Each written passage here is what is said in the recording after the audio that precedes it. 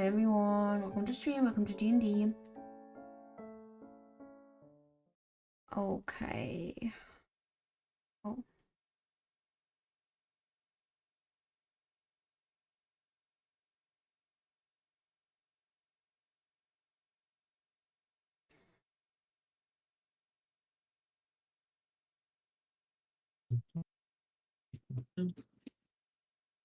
Where is the cat? He's not here. That's why I said potential cat cam. I don't know where he is actually. Disappointing. He has one job to do. Gino, hey. His fans are waiting. Gino, up there. Up there. Go in your cat tree. Everyone wants to see you. Don't yawn at me.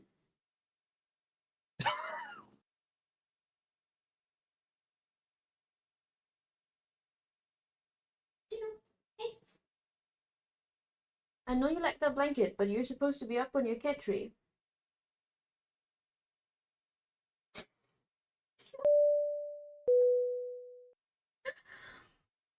Oh. Do you want a poll or a prediction for that? Oh, I don't know. Or do you prediction. want a prediction? Mm-hmm. Manage prediction. Start prediction.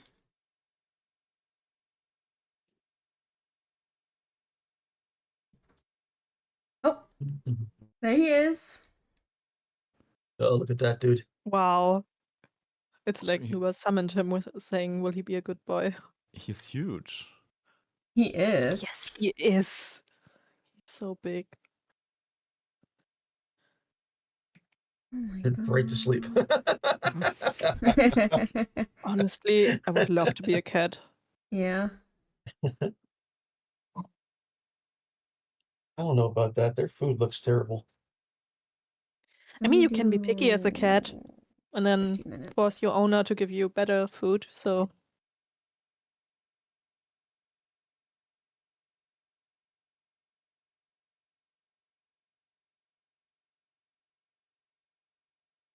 Are you guys ready to go or still waiting? No, I guess we can go. You sure? Yeah. Going once, going twice. All right. So, little recap on your mission to find a missing friend of Volo's, a man by the name of Floon Blagbar. It's a beautiful name. Your investigation led you to a Zent warehouse where you all proceeded to beat up some Kenku guards that were guarding the place. And you rescued a tied up man who identified himself as Gale of Waterdeep.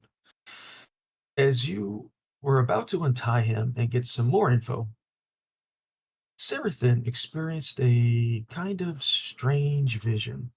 Something like a dream, but a dream manipulated by some kind of dark force. When she snapped out of it, the rest of you could sense something was off with her.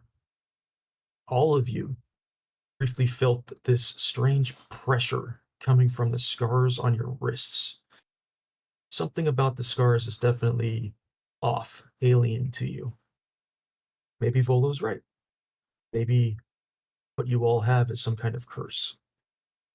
As you began to ask Gale some questions, Leela and Sarathan deduced that Gale was actually somebody else in disguise, somebody pretending to be this Gale person. That disguise spell fully dropped after an intense meeting with the City Watch and their captain, Hyastus Staggett. They arrived to investigate the mayhem caused by your fight with the Kenku.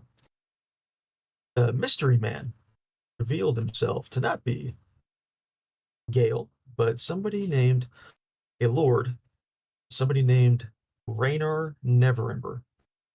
He said he is the son of a powerful lord from Neverwinter. He told you that he was with Floon the night of Floon's disappearance. When the two were leaving a tavern called the Skewered Dragon, they were jumped by some thugs, and the last thing that Lord Never remembers is that he saw Floon getting dragged off into the sewers. Raynar believes that Floon may have been taken because the thugs thought that Floon was Raynar, and Raynar's father has a rather large debt with his Zhentarim. So, you all entered into the sewers in pursuit of the missing Floon, and along the way you encountered a gazer blocking the entrance into an underground hideout. After quickly dispatching the gazer, your companion Runia was ripped through a magical portal to the shadow plane by a large, dark, shadowy hand. The same large, dark, shadowy hand that Sarathin saw in her vision earlier. Navigating through the sewer hideout, you made your way eventually into a long, dining hall. And at the end of that hall was a mind flayer holding a large brain with legs. This mind flayer, seeing you approach and seeing the scars on your wrists, became frightened immediately and left the room through a wooden side door, leaving the four of you, face to face with someone else in the room. A rather large half-orc whose fists are on fire and has a man pinned to the ground underneath his foot, a man matching the description of the missing Floon Blagmar. Let me change the map real quick. This is the right one. Yes.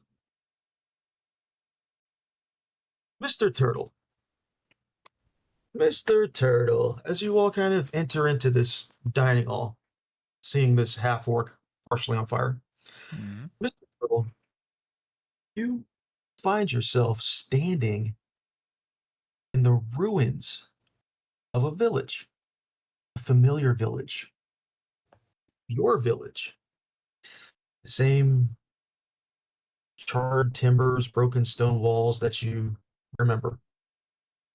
Though here, all the walls and the ground and the rooftops, they all have this kind of faint yellowish glow, as if they're lit from within by dying embers. There is no sound. There's no birds. You don't hear the wind. You don't feel the wind. Just the heavy pulse of silence. And when you start to look closer, the ashes around you begin to stir. The shapes of your neighbors crawl up from the ground through the cinders. Faceless silhouettes of soot, each reaching towards you with blackened hands. Their mouths open, but no voices escape, only the hiss of snuffed out flames like candles. One by one, after they reach out, they fall to ash again. Beyond them all, at the horizon line, you can see the sea that's near your village. The sea starts to roll backwards, pulling away from the shore like a curtain being drawn, revealing a parched ground with black rocks in it. And from that horizon, a vast silhouette rises and recoils. You can see scales and wings too large to comprehend. A familiar voice emanates from that figure as it slowly starts to approach. It's a familiar voice. The voice of a friend, of a mentor, of someone whose life you've saved, of someone who has given his life to you. It's the voice of your dragon companion Maelstrom, speaking to you. At first, the voice sounds like it's coming from the sky, from that horizon. Quickly, that voice moves, and it's no longer coming from in front of you, but from the crystal around a necklace at your chest, vibrating against your heart. Although the voice is familiar, the tone is not. The tone of your friend is angry, malevolent, pained, tortured, hateful, spiteful, vengeful. You chained me to this eternity. But chains bind both ways, my friend, and the ground around you cracks. From beneath the ruins around you, gigantic stone tablets push upward, covered in the primordial script that you once studied long ago. But instead of promising eternal life, the runes on these tablets shift and twist, cracking into spirals, familiar spirals like the one carved on your wrist. And they start to glow. And then a massive shadow black hand, the same one that you saw pull Runia away through a portal, bursts from the ground, grasping at you. The crystal at your neck burns against your skin, pulsing like a heartbeat. And the last thing you hear is your friend Maelstrom, his whisper. Immortality is a debt. And then you snap out of it, Mr. Turtle. You're sweating. You get that, and you all get that familiar, strange pressure on your wrists from the scars. All of you sense, but for a moment, that Mr. Turtle had an experience similar to what Serathin had experienced earlier.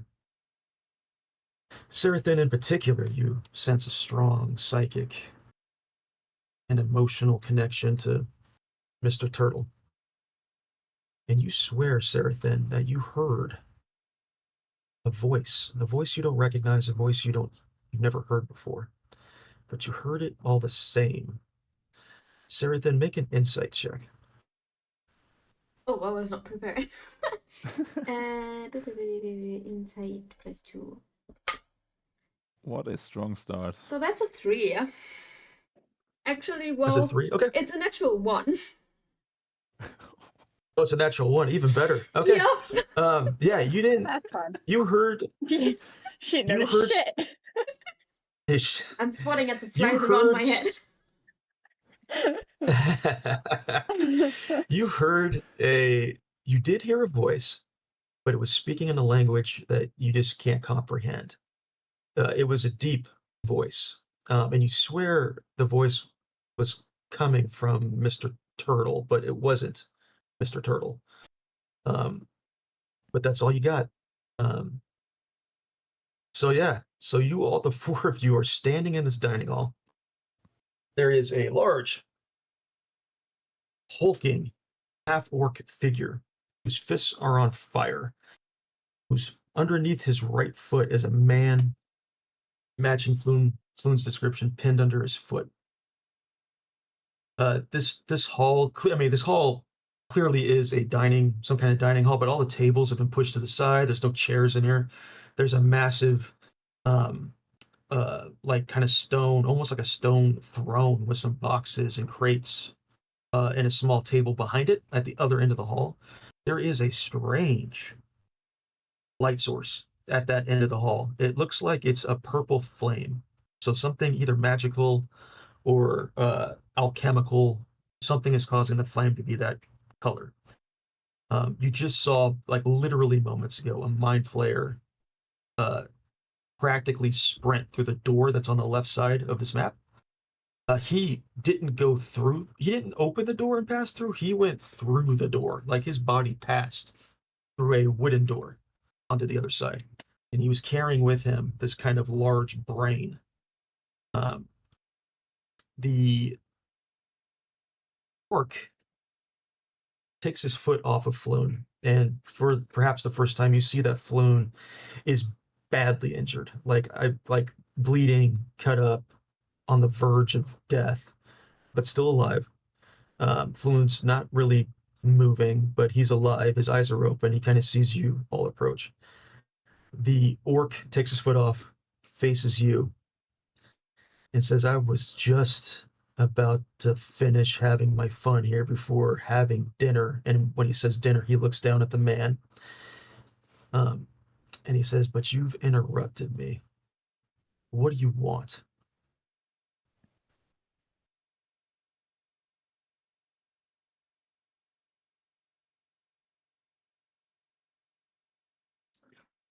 Afraid to speak up?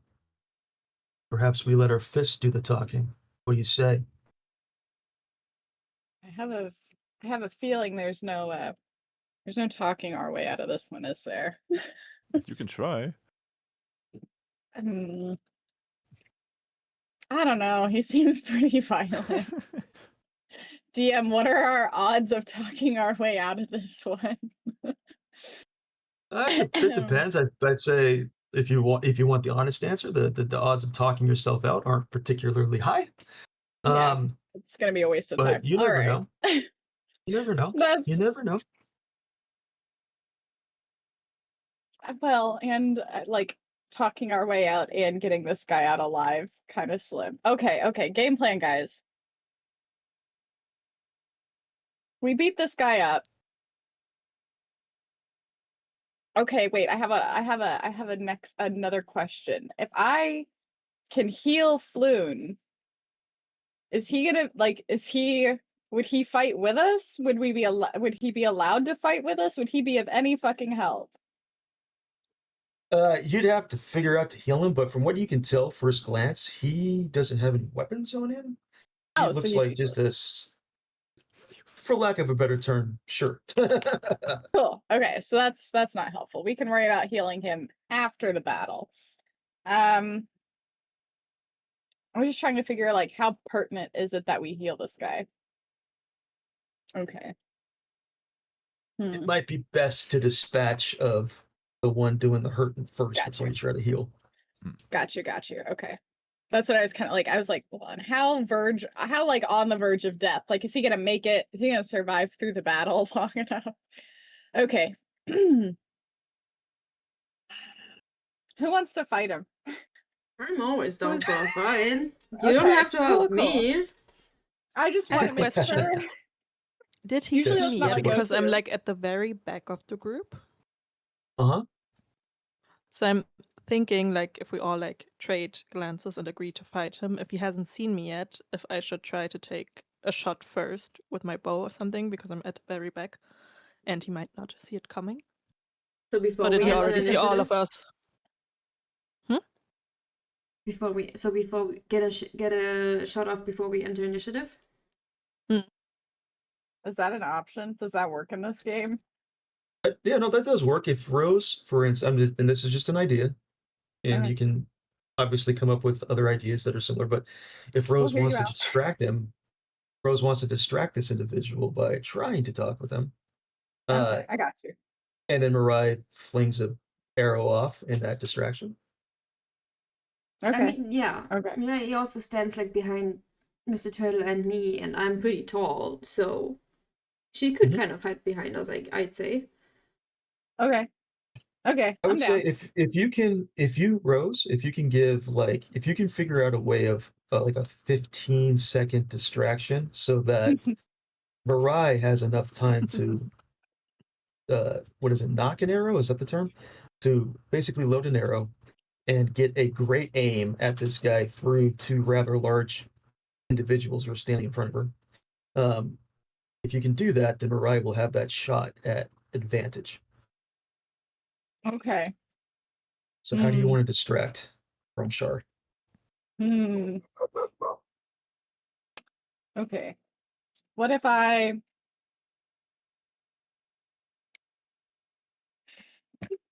fuck me? All right, hold on. What am Show I me a good at? collection in your bag. I'm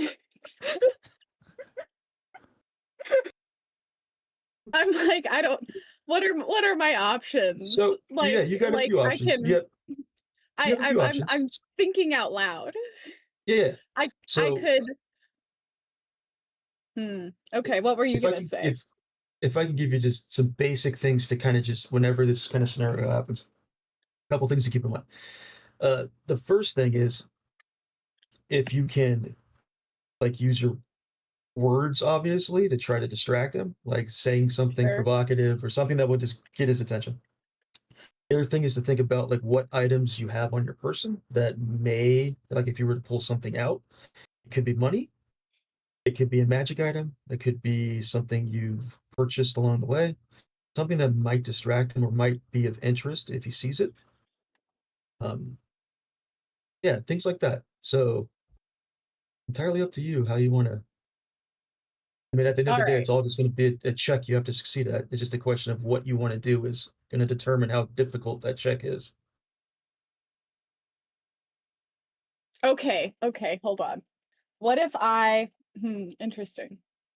What if I like put my hands up, like, to show that I am of no threat, supposedly. Supposedly. Right? Hands up, show him I'm not a threat, and I say that I'm pretty sure that we're the entertainment that he ordered for the night. Okay. Do you have like a musical instrument or something? Absolutely would... not, but I have a plan. You have a plan. Okay. So you're gonna, I assume, step forward a little bit and tell him that you are the entertainment that he supposedly hired. Yep. What's his Okay. reaction first off? His reaction is one of confusion. Fair enough. He make either a persuasion or deception check as you tell him that you are the hired entertainment for the unit. Okay. Hold on. I got this. Persuasion or perception, you said? Or deception. Oh, persuasion or deception. Yeah, whichever one you want to flavor that as. They're the same. Let's go with deception. They're the same. All right, 19. 19, pretty good.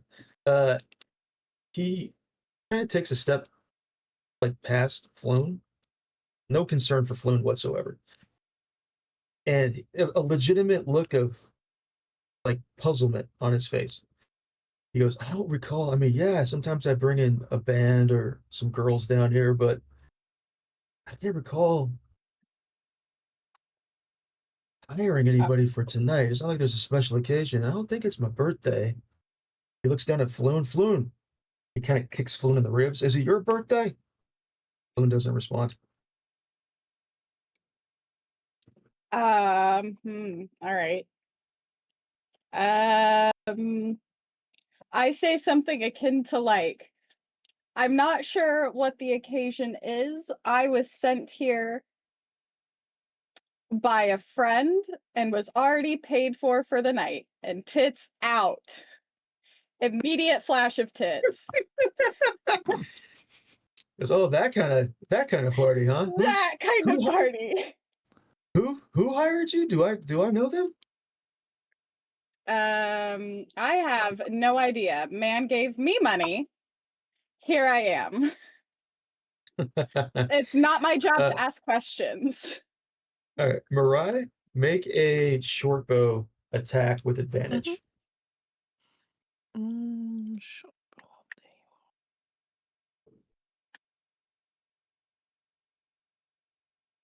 are. Well, 12 was the best one. Yeah.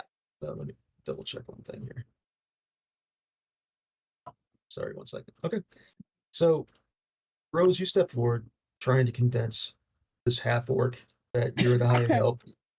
You've lowered your bodice. He's definitely distracted as an arrow slings past the heads of Serathin and Theodore. And then like you feel it, Rose, like kind of just pierce through like your hair that's kind of like draped over your shoulder, like right past your ear, and it hits this half orc in the shoulder. Can you roll the damage, please, Mirai? yes. Well, Nothing's right. more distracting than tits. I was distracted, so the shot wasn't great. I did my job too well. Yes. Sorry. Give me 1 second. I forgot to change something. There we go. Was it 3 points? Okay. Yeah. This arrow comes flying down the hall from the back of the room. Hits this half orc in the shoulder. He kind of like he physically reacts, like he kind of gets blown back a little bit to the left, and he immediately turns back to Rose, as if to take one final look, and then says, I guess I'll have to enjoy you after this. I need everybody to roll for initiative, please. Wait, hang on. Sorry. Wait. Before you do. All right, I can add that. I can add that. I can add that. What did you roll? You rolled 4 turtle. Okay. Oopsie. Yeah. Everybody else roll for initiative. I got an 18. Wow. I got a 21. Damn. Don't waste the rolls on initiative, guys. It's not my fault. This is where all of my points are going for the day, was this initial first 2 rolls. Every roll after this is gonna suck. Don't jinx Okay. it. All right, Rose, you're up first. So you're still kind of half naked. His fists are on fire. He's dressed kind of light, to be totally honest. Like he's practically wearing just some basic like commoner's clothes, almost like just comfort clothes. Like he wasn't really prepared for a battle, so he's not really wearing armor. But he's quite stocky. He looks very strong. Like if he gets, you get the sense, Rose, basically, that if he kind of runs up to you with these flaming fists, you're not going to be in for a good time. Awesome. Of course. So what do you want to do? So keep in mind, Rose, anybody else who's a spellcaster, keep in mind Floon, his location. I say that if you have any area of attack spells, like anything that, is a spell that goes in a straight line, or like a wave that kind of comes out from in front of you, you may hit Floon, and Floon does not look good. So just keep that in mind. Thorn Whip is What do you wanna safe, correct? Thorn Whip would That's be fine. safe, correct? Okay, Yeah. fantastic. Thorn Whip. What's his face? Grum'shar? Yeah. It's on the I wasn't screen. Yeah, but I wasn't gonna try to butcher it, Nobody needed to know that I was gonna struggle to pronounce that. Thanks for that. You're welcome. Okay. Thorn Whip. Mhm. Yes, uh-huh. And can I use that Thorn Whip to move him anywhere? Like, can I whip him in a specific direction or closer to me at the minimum? I think it Is that an only option? is a pull towards you type thing. Let me double check. Yeah, you can pull it up to 10 feet closer to you, but you cannot move it like side to side or back or whatever. You can only pull it towards you. Okay. Let's bring him so- closer to me so that way he's less likely, like if Mhm. someone does want to hit him with a large area spell, he's less likely to hit Floon. So make a from where you're just standing, this is totally fine. The whip will reach. Make a spell attack, which is that purple under spell tab. Hmm. Hmm. Did you find it? Nope. On your I'm spell under my tab at the very, spells. yeah, at the very top or right next to Thorn Whip, right next to Thorn Whip, there is a big +6 button. Oh yeah, it's not purple for me. Mhm. Or if it is, I'm colorblind and I can't tell. Yeah, it's fine. Yeah, so just hit that. Okay. All right. 20. That That's definitely hits. that's pretty good. That's pretty good. It's not bad. So yeah, you kind of crack this whip out. Mhm. It wraps just perfectly around his like torso, his midsection. I need you to hit right next to that +6. There's another button that says 1d6. Got you. 4. So that's 4 points of damage. So he's going to take 4 points of piercing damage from all the thorns that are on this whip, and you do have him wrapped up. Oh, And so do you it's want hard for him? him to move too, huh? It is difficult for him to move, but you have the opportunity right now, if you so chose, to Oh. pull him 10 feet towards you.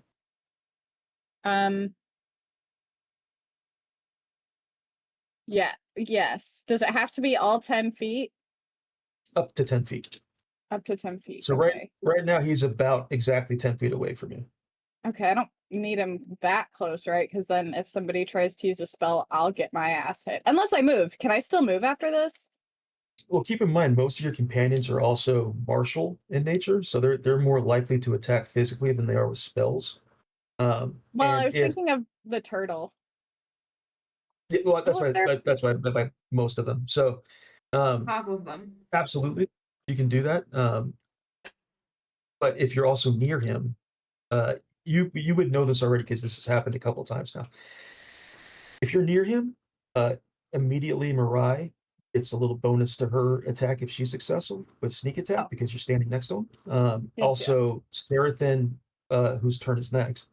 Sarathan, if she gets in close, like on the other side of him, across from you, she gets flanking advantage. So, Okay, just bring him all 10 feet. okay, so you whip him 10 feet closer. Out of curiosity, did you fix your clothes? Not yet. I wasn't Okay, so he's I wasn't sure Looking if that forward. was like gonna take a like am I allowed to do that mid-battle? Can I go ahead and do that? it would be your action because you basically That's what I was concerned about. I was worried that Yeah. was gonna be my action. Okay. Okay. Nope, just good to know because Grum'shar is Oh, a yeah. bit of a scoundrel. Oh, okay, great. He's gonna. So- Someone better keep this man from sexually Maybe he's assaulting still me. distracted. That's not where I was gonna go. Wow, this is not that game. Okay, is that the end of your turn, Mage? Yeah. Right? That's all I can do, right? Can I move? Am I Yeah. allowed to move? Oh yeah, Can you're I get allowed. out? Yeah, Okay. Would it be You're allowed to- let me ask, can I ask my team how helpful it would be for me to get out of their way? For me, it's better if you stay close. I don't Okay. see Well, I'll just how stay it would still. matter, to be honest. All right. you That's could fine. you could if you wanted, you could move to the opposite side of him. Go around him. That So you're in Yeah, between that makes Floon and him. Yeah, pretty then I can protect Floon from anything that happens. I'm gonna do that. all right. Sarathan. Okay, 2 questions. He's grappled, Mhm. right? Yes, and he's also being flanked. So I have advantage on my attack roll. Yeah, you would have advantage. I mean, just on the Okay. flank, but his, yeah. His fists are still on fire, right? Oh yeah, his fists are on fire. I would like to try and take Thornbite, and I would like to Okay. try and cut off his fists. Oh my god. I don't Okay, want it's to deal with very burning specific. fists. That's And it so would help all of us, specific. wouldn't it not? And he I can't support assault you. you anymore, Rose. Yeah, and That's- you're you not know assault what? anymore. I'm all for it. I support it. Okay, Okay, so I'll say with where his hands, like kind of what he's doing with his hands, you're not going to be able to get both on one attack. So you can, it One entirely up hand to at you. a time. Yeah, pretty much. So go ahead and move closer. like stand right And here. I cannot recall off the top of my head. Is that a battle axe? I don't remember. Yeah, it is a battle axe. All right, so make a standard, make your battle axe attack. And depending on and the DC is going to be quite high, depending on how well you roll, will determine how successful you are at hacking off a limb. But do I have advantage on this? You do have advantage, yes. Okay. I mean, that's a natural 20, so I don't really care about it. Hell Sorry. yeah. You're gonna roll. Give me 1 second to get that battle axe. You're swinging. I can't remember. You're swinging with one hand or two hands. 2 hands. you I'm holding a taking shield? it. I'm holding. No, I don't have a shield. I'm holding Thornbite Okay. with both hands and just trying to swing Okay. and hack his hands off. Or I guess just one Yep. hand. So you're gonna roll the D10 twice. What's my fucking D10? I think Yeah, it's this D10. one. Roll it twice and add it together. So 8. If I roll a 0 on a D10, it's a 10, right? That's a 10. Yeah. So 18, but I also have the plus Plus 6. So that's Yep. 30? 24. Well, you said you rolled an 8 plus a I 10, rolled an right? 8. I rolled an 8 and a 10, and I get 1d10 plus 6. So shouldn't it be Yeah, 8 yeah, plus so- 6 and 10 plus 6? And then that's. No. The way the crit works, the way a critical hit works, is you Oh. roll the attack die twice, but the modifier only gets added once. So it's 8 plus 10 plus 6. Okay, so So- 24. That is 24. Yeah. Go back to this. Okay, that was quite the hit. He's already almost So- dead. Yeah, you swung it. You kind of just rushed in, pulled out your axe and you sliced off his left hand almost in just one kind of fell swoop. The hand immediately just drops to the ground, like almost at your feet, Zarathan, and the flame on it extinguishes. And it's just a kind of standard, like greenish, almost kind of green grayish hand, which is his skin color. Can I kind of kick it out of the way? Okay. Like just with my It's foot, now like his turn. boop, to the side. It's now his turn. So he went from excitement to horror in the span of about 6 seconds. He went from boobs to no longer having 2 hands. That's what he gets. Don't so- look at my friends. He I feel protected. with his yeah, exactly. So yeah, he's not a happy camper right now. He is going to. He was going to turn his attention to Rose, but seeing clearly the bigger physical threat is Zarathan, he's going to slide just a little bit to the left here, 10, and he's going to cast Burning Hands with his one kind of offhand that he has. Does that mean it Give me does one half second. the damage if he only has one hand?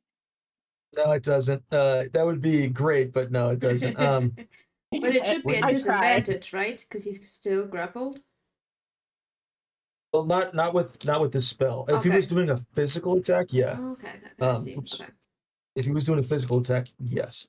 Give me 1 second. I just have to look up what is his. Where is his spell save? Okay, there it is. I need you all to make a dexterity saving. I need Me?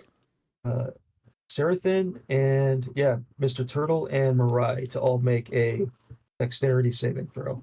So that's a No, I'm not d20 plus special. I have our dex save thingy, right? So for me it would be a +2. Yeah, d20 plus your dex save. I have a general question. I have fire resistance. Does that help Okay. me in any way? It does, but make the dex save anyway. Oh, never. Oh, I saw. Wait. Oh no, that was Mr. Turtle. Okay, Mr. Turtle got a was me. 4. Mirai got a 9. Zarathan, what did you get? You can choose either between a 21 or a natural 20. What's you today? I'm gonna need I'm need digging this. to I'm gonna need to have the kitty cat, Mr. Chino, retire the cam. I need to see the dice scan. I can wait. I No, can no, it's send okay. you a Your picture teeth. of the natural 20. No, it's all good. So let me roll up that damage real quick. It's my die apologizing for getting a nat 1 on the first fucking roll of the session.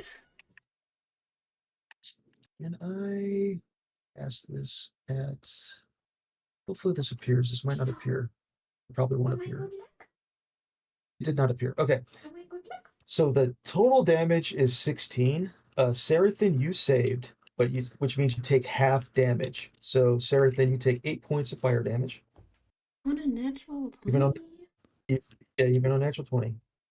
Mr. Turtle, you take the full 16 points of fire damage. Oh god. Ooh. Wow. Right, because you're resistant. You failed the save. You would have typically had to take 16, but because it's fire damage and you're resistant, you take half. So you take 8 points of fire damage. Oh, I Luckily got for out of you, the that way. is- That's why I didn't have to roll.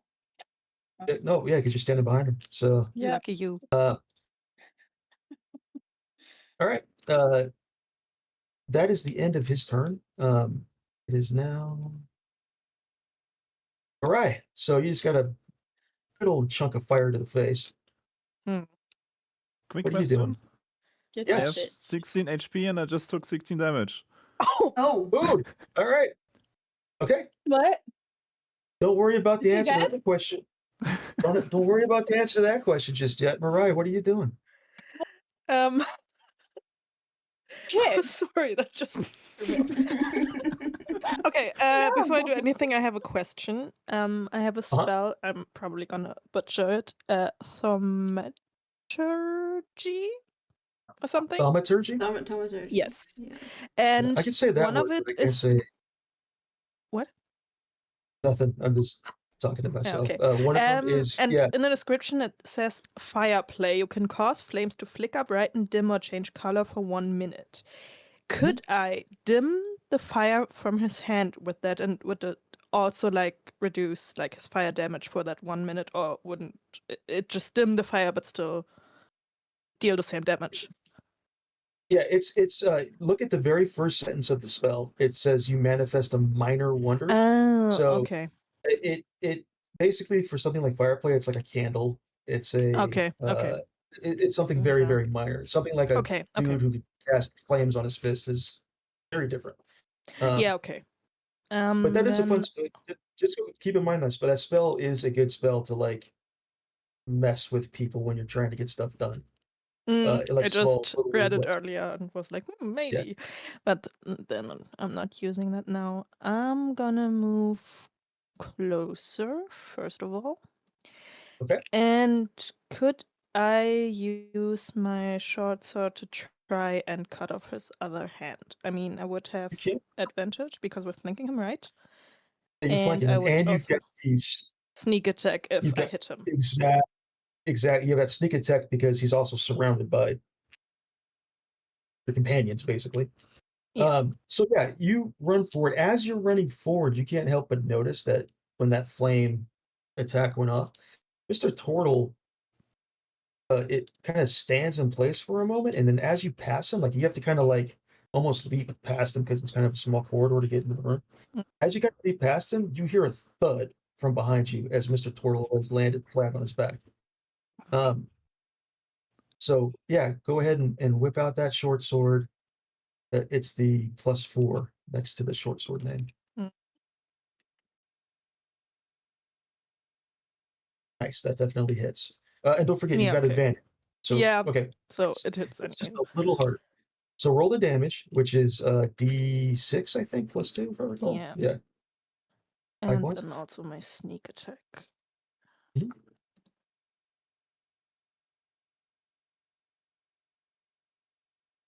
Nice, 11 points.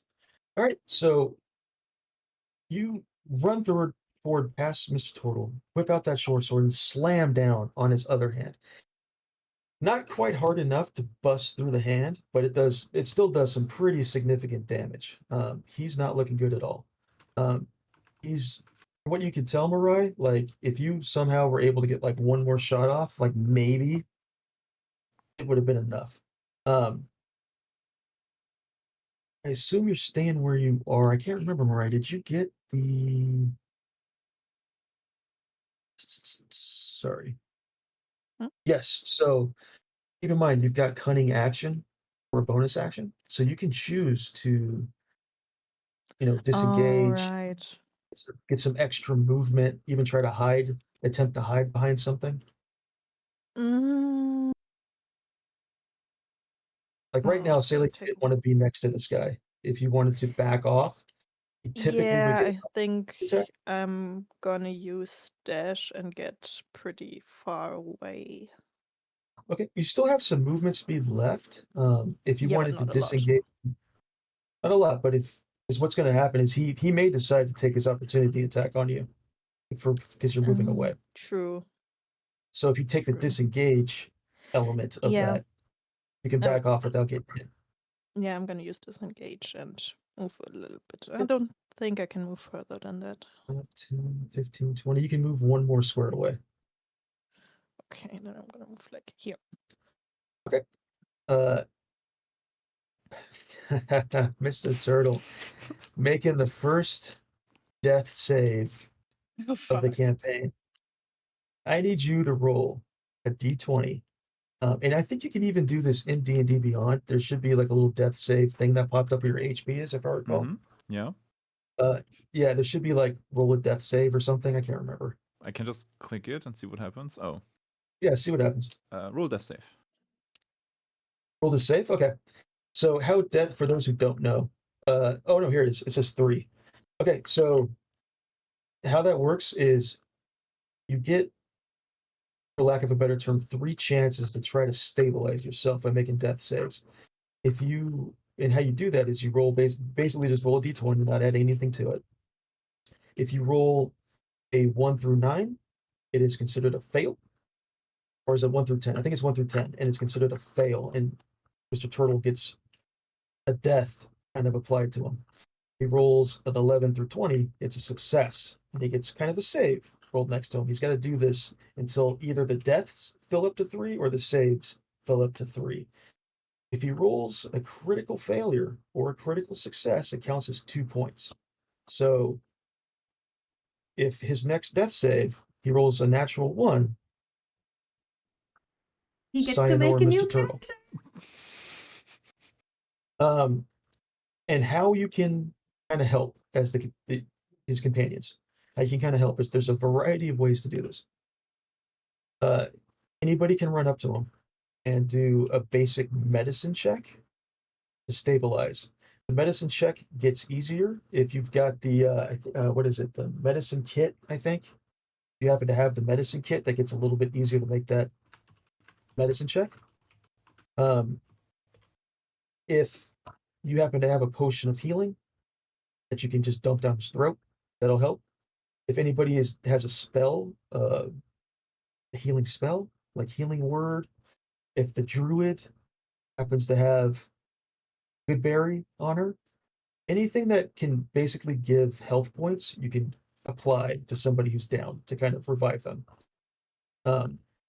Beyond that, which nobody's there yet. You're all too low level. If Mr. Turtle was to indeed have 3 death fails and expires, there are ways to bring him back. There's the revivify spell. It has a few requirements, but there are ways to get him back. So it's not the end of the world, Mr. Theodore. But as it is right now, you are losing by 1 death save. Back to the top. Rose. Okay. Okay, I have a question. So this, yeah. I have a question. So let's be real here. I'm not a heavy hitter. So can I take my turn? Can I like scavenge Mr. Turtle's body, find the potion that he didn't take earlier, and give that to him? Does that count? Yeah. Can I do that? Yeah, that would be your action would be like rifling through his bag trying to find it. Oh, that would be I can't give it to him in the same turn? No, it would be the next Fuck. turn. Oh no. Fuck. Fuck. Don't you have a healing spell though? Okay.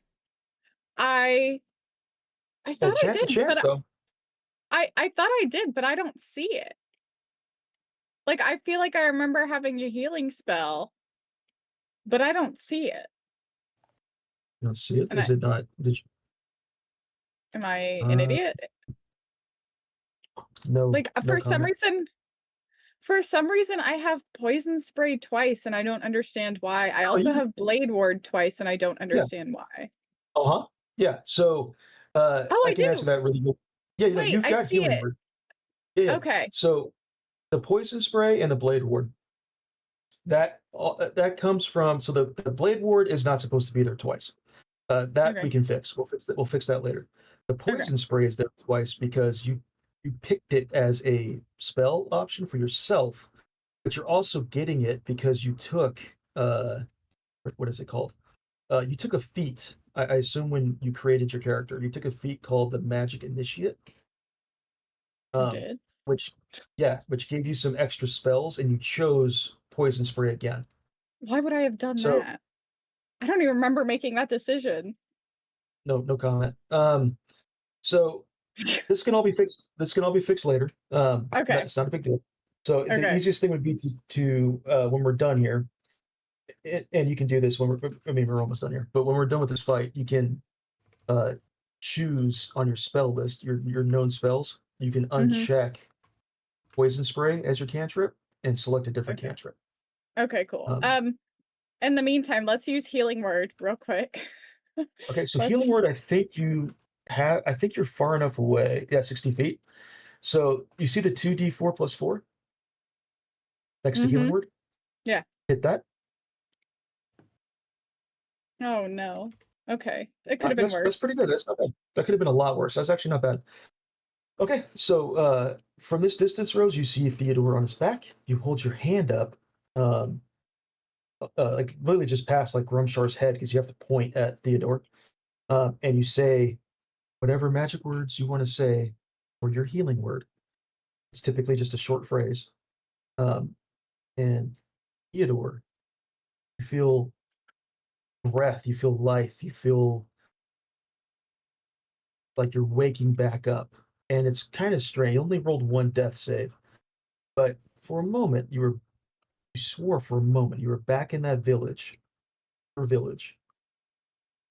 Things felt peaceful. Things felt, everything was built back up. The plants were growing, birds were singing, people were out and about. For the first time in perhaps a while for Mr. Turtle, I don't know how long it's been for him.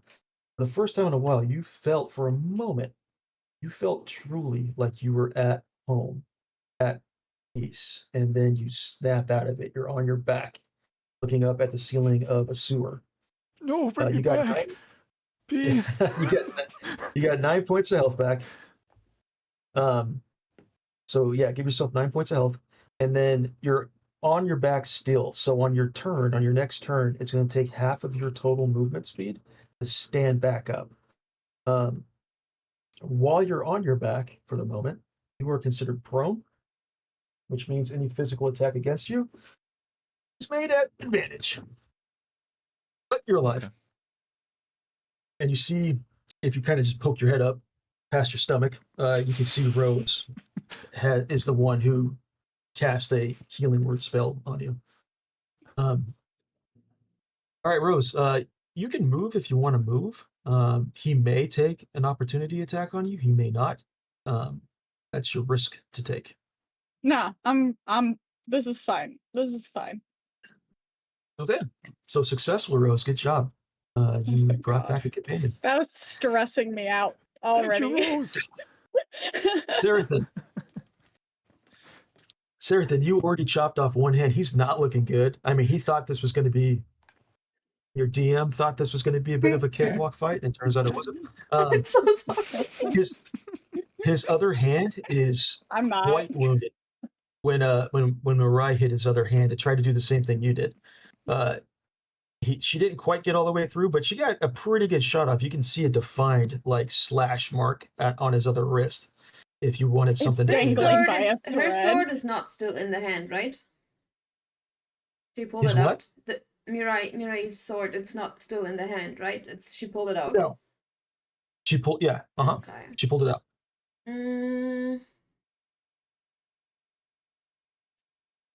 I want to try to go for his feet.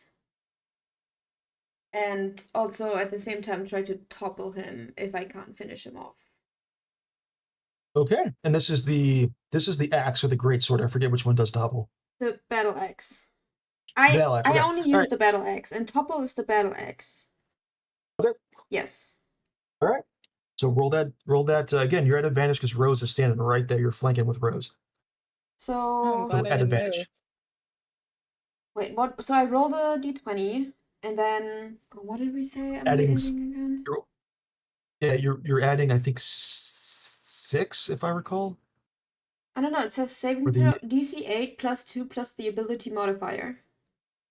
What do you? Oh no, for the topple thing. Yeah. Or do I just roll? Don't worry about that. Yeah, roll the attack first. Yeah, roll the attack first because you have to see if you're even successful. So d20 twice.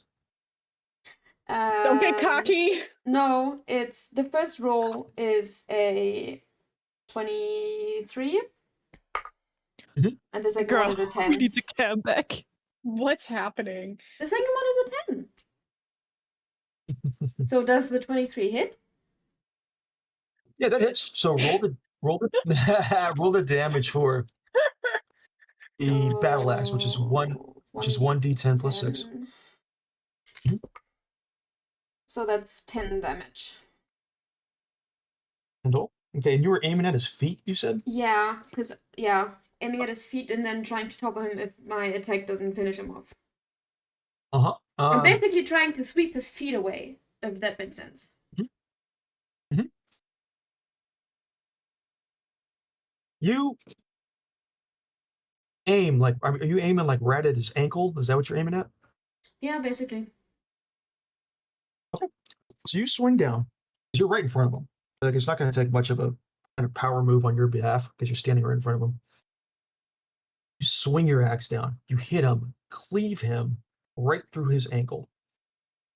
And your axe like just sticks into the ground for a moment.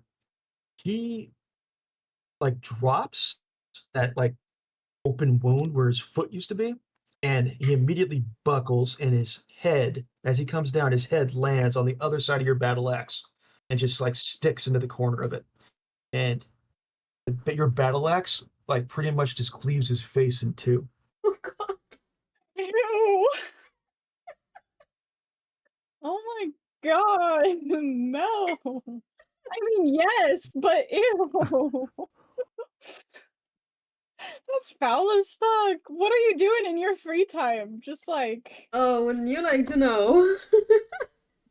Oh my god, usually the answer is yes and something flirtatious, but I'm really thrown off by this gruesomeness right now. So a few seconds of perhaps shock go pass between you all, and Rose, from behind you, you hear a very weak male voice, like very like literally, he's got one hit Aren't point they left. all? You hear a very weak voice from behind you. Ma'am, thank you. Can you please put your tits away and come help me? And part of me wants to say no, just because he told me to put him away. He should be honored that he gets to see him at all. I don't have anything to help him with anymore. I just used my healing word to save the turtle. Doesn't the turtle still have a healing potion though that we could use? I do. Wait, but I do have a medicine. Like, can I just do a regular medicine check? You have the medical kit? I can't remember. Oh, I don't know. I feel like I should since my medicine is so high.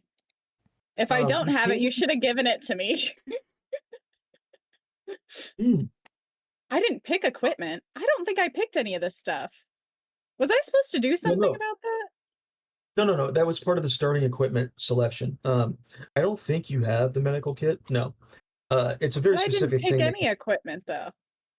No, you did. When you started your character selection, remember it was between choosing starting equipment or choosing gold to go buy equipment, and I told you to pick the starting equipment. So yeah, but I don't think I had made a decision, did I? On the specific equipment? No. Yeah. You get specific equipment based on the class you chose. So a druid gets an herbalist kit. A druid gets a quarterstaff. A druid gets, you know what I mean? So whereas everybody else, like Sarah, can I use my herbalist kit? Not to help. That's not what herbalism kit is for. It says healing right here. Healing and utility, no? But you have to create the healing potion with the herbalism kit. It doesn't just come with some basic shit. What's the point in it? It does, but you have to spend like downtime to make the stuff. Oh, you're telling me I had to do this beforehand, and he's like dying right now. So if you click on herbalism kit, it literally says doing so, like to create a potion of healing, it costs 25 gold of raw worth of raw material, and it takes an entire day, 8 hours of work to make a potion of healing with this kit. Oh my god, what's the point? All right, I need to get a medicine kit eventually, so someone remind me that I need to do that.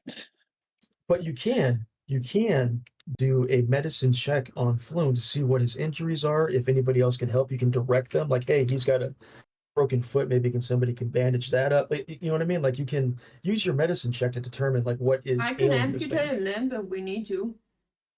Okay, well then let me do a medicine check, and then if she needs to amputate, we'll have her amputate. All right, so make your medicine check. Okay, 23. So he's just like broken ribs. He's got a lot of just like it looks like he's just been punched on. So there's a lot of bruising, a lot of swelling, particularly around his face. There's a couple broken fingers. He doesn't appear to have like major broken limbs. He's just been. It looks like somebody just got his ass kicked. Oh, no internal bleeding. Then we're fine. As someone who's broken several ribs, he'll be fine. Yeah.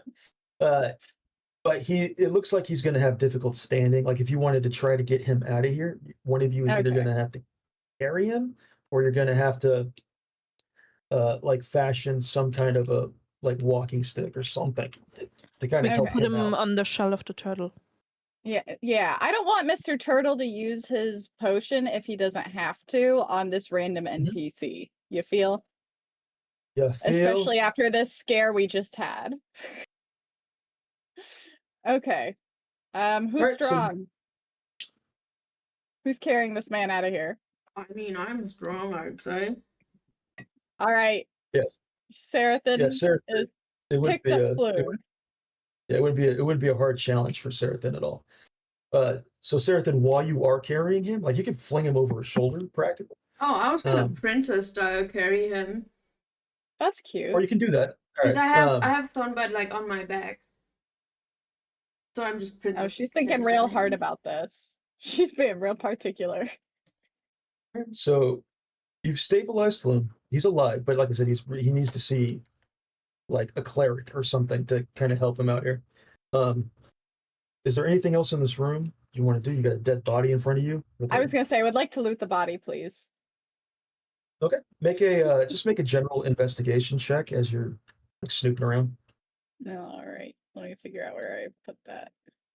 There it is. Oh, I have like mediocre ass investigation. Oh, but I still got a 19. So yeah, it's pretty good. So he's carrying a dagger, like a relatively well used dagger. Doesn't appear to be anything out of the ordinary. It looks like just a dagger. But he does have a satchel around his waist that is like a leather, almost like a leather book bag, kind of around his waist. I will take both. All right. Inside the satchel is a potion of healing. Oh shit. And then some like random, like just little doodads, like maybe five gold pieces worth of coin, but like in the different currencies. So like, there's some copper pieces, there's some silver pieces, and then there's a book. If you were to open the book, I don't know if she does or not, but if you were to open the book, it's clearly some kind of spell book. Okay, I take all of the above. Actually, and I hand the spell book to Mr. Turtle. I'm pocketing that potion. In the meantime, Floon doesn't need it that bad. He'll be fine. We just got to get him to a doctor. If he really needs it later, we can make a call, but after what just happened to the turtle, I'm super anxious that I'm gonna need to heal somebody later. So, pocketing the potion, the money. Can I offer Mirai the dagger? Mirai, do you want this dagger just in case?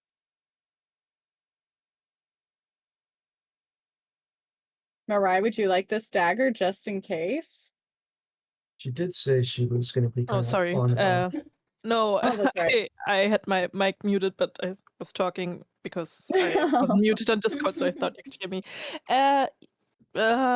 It's just a normal dagger, right? Yeah, but if you want to throw it and not have to worry about retrieving it, was kind of my thought. Yeah, but I already have four. Four is enough, but thank you for asking. Okay, then I'll keep it just in case. Yeah, maybe you could throw a dagger. Get used to them. Mr. Turtle, she hands you the spell book. It is this orc's spell book. If you've got a pen or a pencil to write this down, inside are 6 wizard spells. Some of them you may already know, some of them you may not know. The 6 spells are Burning Hands, Disguise Self, False Life, Shield, Unseen Servant, and Witch Bolt.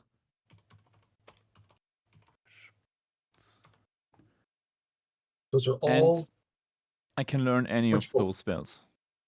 You can learn any of those spells during some downtime. It takes a couple hours and some gold pieces for a wizard to learn one of those spells. So what you can do is you can kind of like just make note of it, and then whenever you have downtime, if you want to learn one of these spells, you can do that. Okay. All right. And as long as the rest of the party's okay with it, can I just keep the extra money? And if y'all want me to spend money, I'll spend money. Yeah. Cool. I'll just be our little money hoarder. Speaking of money, there is, Rose, a particular your eye keeps money. Your eye keeps being drawn Your eye keeps being drawn to that throne at the back of the room. Oh, okay. I will be going over there. I'm also really curious about what the hell is in this cauldron. So if the turtle would like to come with me and assess this funky little cauldron, that would be great. And I would like to assess this throne here. Okay. That seems suspicious. Mr. Turtle, make a Arcana check on the cauldron. Oh, that was a purple bonfire. That is what it is. So it's basically just a cauldron with a flame in it, but there is some alchemical dust that has been applied to it to kind of give it this color. With a 19, you deduce that the heat that it gives off is a little bit. You get the sense that it's putting off a little bit more heat than would be typical for cauldron this size. It's quite warm. And like this back half of the room. With a 19, you deduce that the mind flayer that was sitting in the throne just a moment ago probably liked it a little bit warmer. Rose, nothing in particular about the throne itself stands out as being anything special, but there is a small chest behind it. Yes, I would like to open this chest, please. Okay. Oh, wait. Hold on. Wait a minute. I want to make sure that this is not going to be an evil chest. Somebody come give me some backup just in case. No, sorry. I made my I'm hurt. experience with that last time. Okay, can I do an insight check on this chest first? It would be an investigation check. Whatever. Yeah, I support you.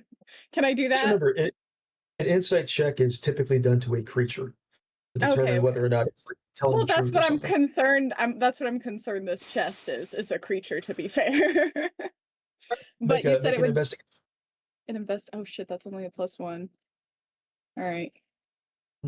Fuck it, we ball. 16. Definitely not a creature. What do I notice? Not like a mimic. All right. Thank you. It's not locked, but there's a latch, like a piece of metal that kind of flaps down over where a lock would go, but there's no lock. You do see, and it's very faint. With the 16, you barely caught it. There is what looks like a piece of fishing line attached to that latch. Like if you were to flip the latch up, the fishing line would go with it. I fear that this is a trap. Okay. So you deduce how do you that disarm if you were this? You deduce that if you were simply able to just cut that string with the latch still down, then it should be fine. Okay, I would like to cut said string. Do you have a dagger? I just stole one.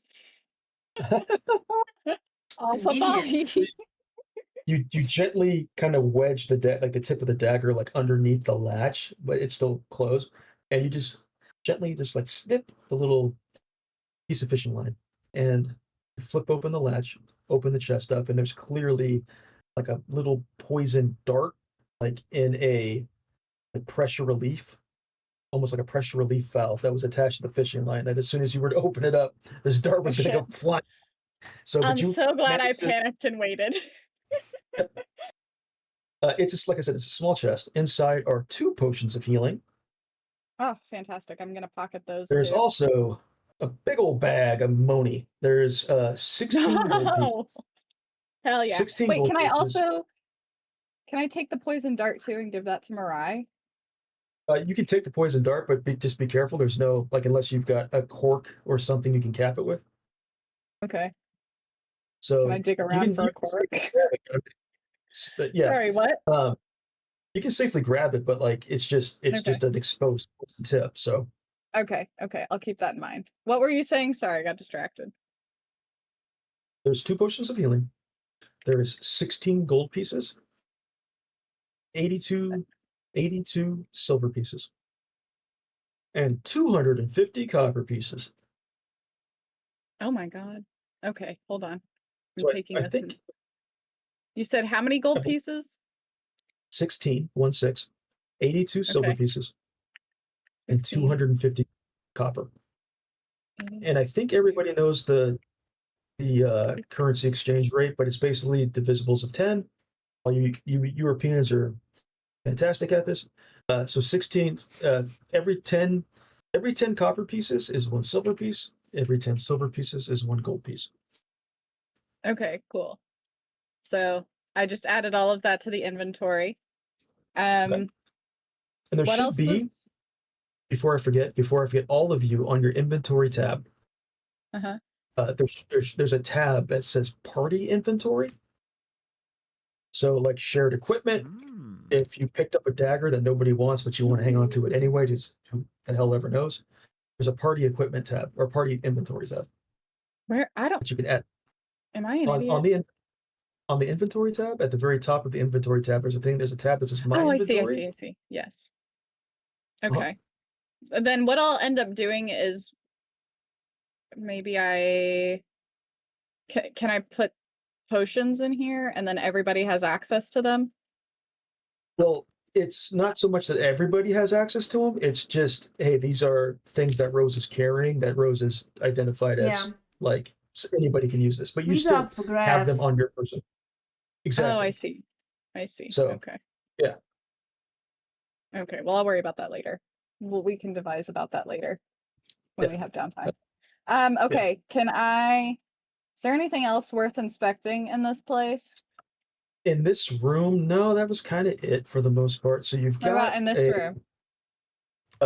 in there, give me 1 second. Let me check. No, these are just excuse me, these are just basic like sleeping quarters. It's just a kind of a straw mattress with some basic bedding. There's like a box that serves as like a nightstand.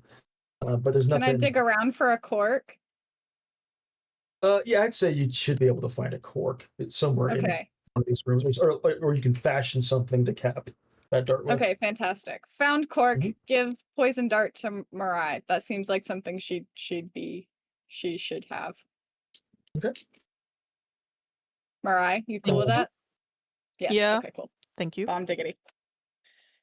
Right. I don't know. So you've got the stairs you came up in that leads back the way you can. There's a big wooden closed door on the left side of this room, and then there's a path that looks like it has like a kind of a doorway to a set of stairs that leads someplace else you haven't been to yet. Oh.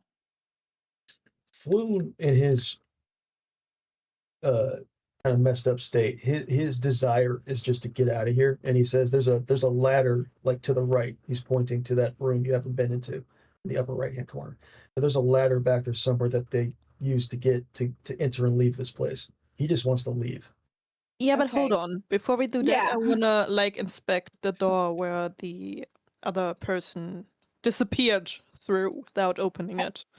And I would like to look at the other set of stairs. I don't give a shit I think what he that's wants. the ladder that Is that the ladder to leave? I thought this was the place we came out of. Yeah, that's the place you came out of, on the right where you were just a second ago. That set of stairs like leads down like underneath the sewer, and then you can just based off other areas you've been in, it looks like it probably comes back up on the other side, presumably to a ladder that Floon keeps talking about. Oh, okay. So I also agree with Mariah. I would like to inspect this. He'll be fine. It's just a few broken ribs. Literally, I have had them. He'll be fine. Like, come on, get over yourself. Yeah, so this door, it's a solid wooden door. The door is closed, and it appears to be locked, Mariah. Which means a couple of things. One is you can try to pick the lock. I think you've got thieves' tools on you. I do. You do, yes. You can attempt to pick the lock, or Seraphin. It's just a wooden door, and it has hit points. You can bash it to all hell if you want.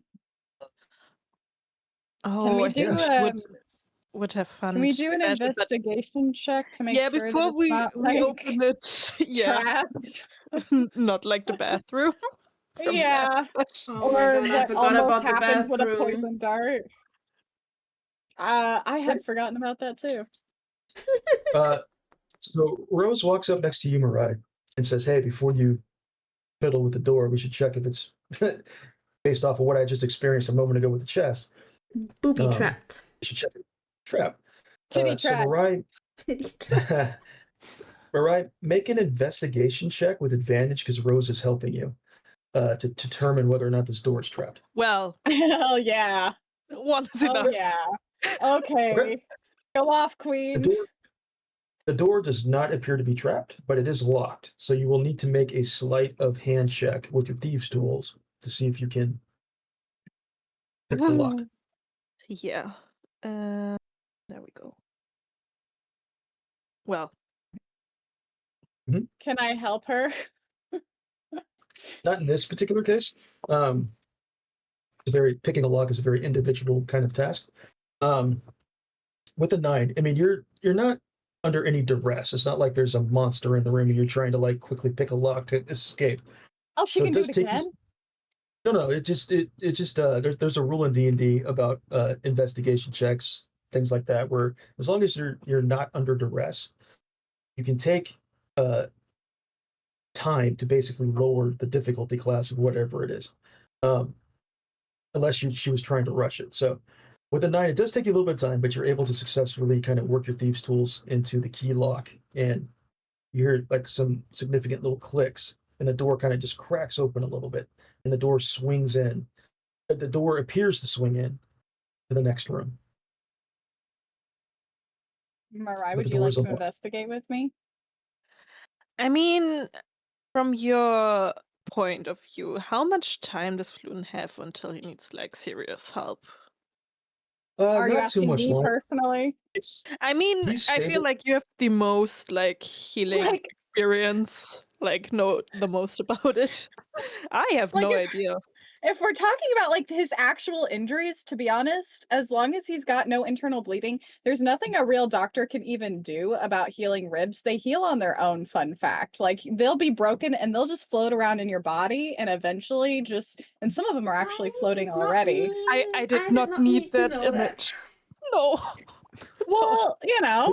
No, I don't want to know. Well, now you do know too damn bad, and everything else is just bruising. So as long as there's no internal bleeding, he's actually fine. There's one trick to remember though. This is fantasy world. You'll be shocked by what a healing potion can do, or you can be shocked by what you're healing with. He does not look good. He is probably about an hour away from passing out, and then who knows? Good. Then he'll stop bitching if he passes out. Did you just totally ignore the second part of that sentence? What? What was the second part? You're passing out, and then who knows what happens after that? I could also just take Floon and Mr. Turtle and go up and find you guys can stay down here and investigate if you want. Is that allowed? Can we do that? Yeah, can we split this party? You can absolutely split the party. I 100% recommend it in every scenario.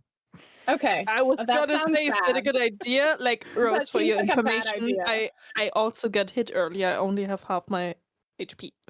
Okay. Like, I'm also slightly hurt. Well, not just slightly, I'm hurt.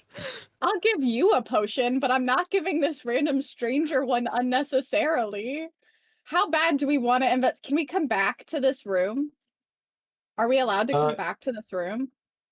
Yeah, you're allowed to do. I mean, it's all within reason and skill checks. Who knows what'll be down here when you return? There could be somebody else down here. Fuck. I mean, our mission kind of is to find Floon and bring him back to Volo so he can help us find the wizard that it can help us with these strange marks on our fucking wrists.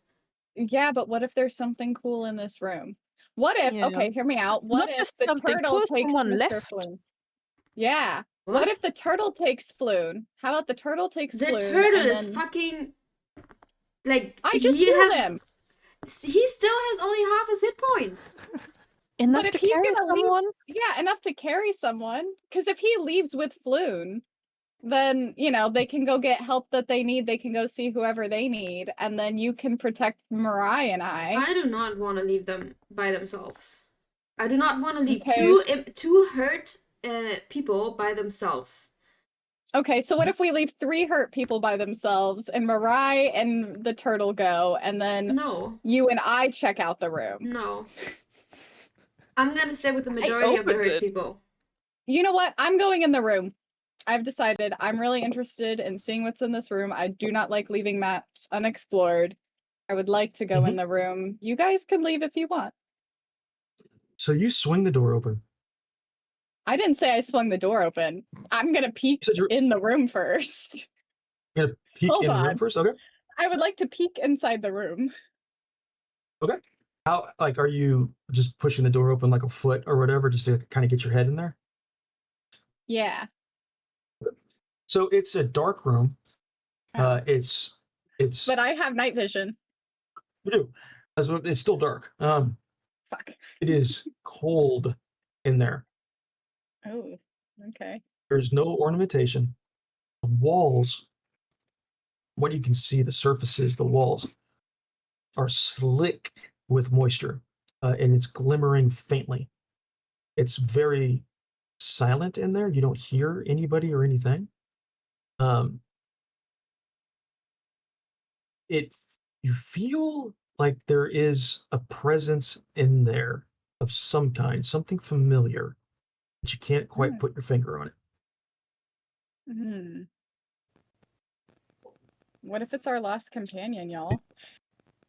If it's something familiar and a presence, there's not a whole lot of presence that we've met at this point. Wait, what if it's something from my backstory specifically? What if it's Gale? Oh, that'd be the real one this time. Yeah, that'd be fantastic. Okay, can I can't see anything. It's too dark to really see anything. I can't see a person. You only open the door a crack so you're only seeing like 20% of the room. Am I sensing danger? Do I feel concerned about the presence? Is the presence, like, if it feels familiar, is it a bad familiar? Like, am I getting anxiety from this? Make a history check.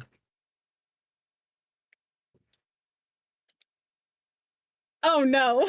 Okay, I got a 10. It feels like what you felt like when Sarathan and Mr. Turtle had their vision. Guys, I feel like I gotta check this out, correct? This feels like plot development. Yeah, I'm not gonna stop you. Okay, I'm going in. I'm walking in the room. No. I'm still cautious about this. I'm inching that door open just in case something jumps at me. By the way, I have a question. I just realized. Did you fix your clothes at any point? No. Can I fix my clothes real quick? I don't need this guy seeing my tits out. At this point, yeah, you've had time to fix yourself. Okay, cool. So you open the door. Okay. You open the door. Like I said, every wall is like coated in kind of a moisture. There's a big pillar like in the center of the room. On the other side of the room, on the back wall, there's no other doors in this room. It's just a kind of a 30 by 30 foot chamber of sorts with a column in the middle. At the other end of the room, you catch, for like just a brief moment, a familiar portal on the back wall, and you can see the mind flayer that you saw just a moment ago looking back at you. He appears to be, or it appears to be standing in the portal, like on the other side, in the shadow plane, and then the portal closes. Oh shit. On the back wall where the portal was is that familiar. You saw this when Marunia got taken. That kind of black gooey substance is just like coated on the wall where that portal was. Okay. Can I do a nature check on what that is? The goo? Yeah. Yeah, I mean, you've done it before. You know what it is. It appears to be. Well, I mean, one of you did, so I'm sure you all would have communicated this. It's a kind of an after substance, like that. The portal itself isn't just a magic light portal. It appears to be like almost organic in nature. It's like the after effect of whatever this portal is made of. Just this kind of black alien goo. Can I search around for like a tube of some kind, something to collect some of this goop into, just in Yeah, case I have questions for someone else? You don't find a tube. You do have in your bag there, you do have potions of healing. If you were to drink one or empty one, just pour one on the floor. You'll have a vial.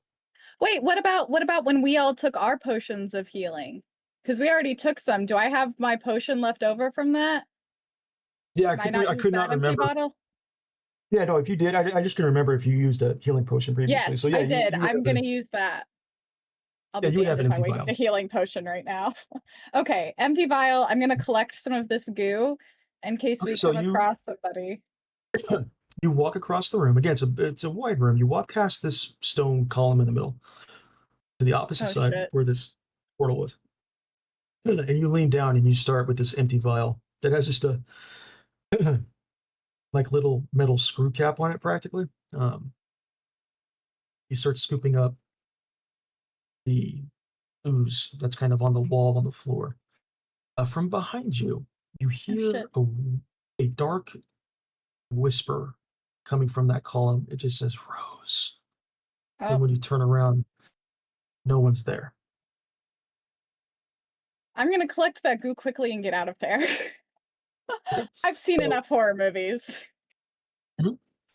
You collect the goo, cap it off, sprint past the column, and out back into the room. Mirai, you're standing there. Rose is unsettled. Are you alright? Did something happen in there? I tell everybody, a little frantically, what the fuck just happened. Tell them I collected the goo. Also tell them that I'm apparently hearing voices now, and offer up all of that information. That sounds unsettling. Isn't it though? When I hear I meant the part that you collected voice, the goo. That is the most unsettling part for me, to be honest. Well, just in case. When I hear that Rosie's voice, I just frown and look at Mr. Turtle because I remember that I also heard voices earlier. Mm-hmm. Yes, you did. Cool. All right. All right. So there's really nothing else of interest in here. The only path forward is really kind of where Mr. Turtle is standing. Cool. We'll follow the turtle. Okay. So yeah, you walk down some stairs underneath the sewer. Back up the other side, back up another set of stairs. So you've walked underneath the sewer, back up, and it is into like an even smaller chamber, like a 15-foot diameter kind of room. With a ladder, metal ladder, very secure looking metal ladder, just right in the middle of the room that goes up about 20 or so feet to what looks like a sewer grate. Like a manhole cover, basically. Okay. I test the ladder myself because I'm the most. I think I'm. If it's not Sarah, then it's me. I think I'm the most healed. I don't think I took any damage, so I'm gonna check the ladder first. And it's secure, correct? No, it's locked in place. Yeah. Okay, cool. I'm going up the ladder. I open the manhole and poke my head out to see if it's safe. Yep. So you climb up the ladder. Nobody else follow me. It's a heavy manhole cover, but you do have enough strength. You kind of use like your shoulder to help like push up and slide the thing over. Immediately, you are blinded by bright light as you've been in the dark sewer using your dark vision for the last hour. Your eyes adjust slowly. You're outside. You are in a region of Waterdeep that you know of. You've been here before.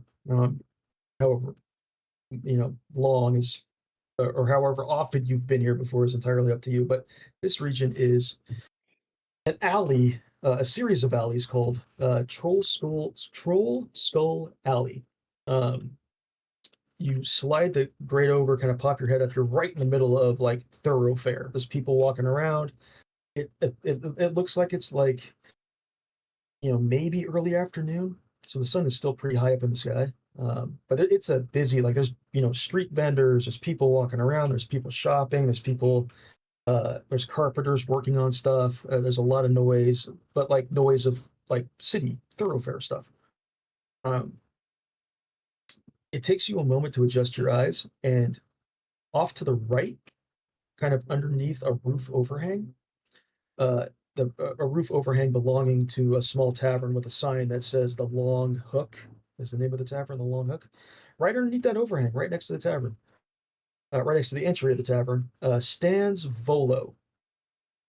And standing next to Volo is a rather suspicious looking individual, somebody you've never seen before. Okay. Let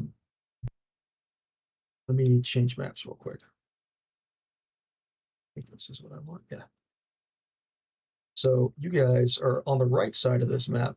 You see where it says T7? On the far right side, T7? Yes. Yeah. Mm-hmm. There's a door. Oops, I always grab the wrong tool. There's a door right there. That is the entry to that tavern, and Volo is standing just kind of off to the side with this individual. Neither one has noticed you yet, particularly Volo. Obviously, Volo is the man you want to talk to, but they haven't noticed you pop up out of the sewer yet.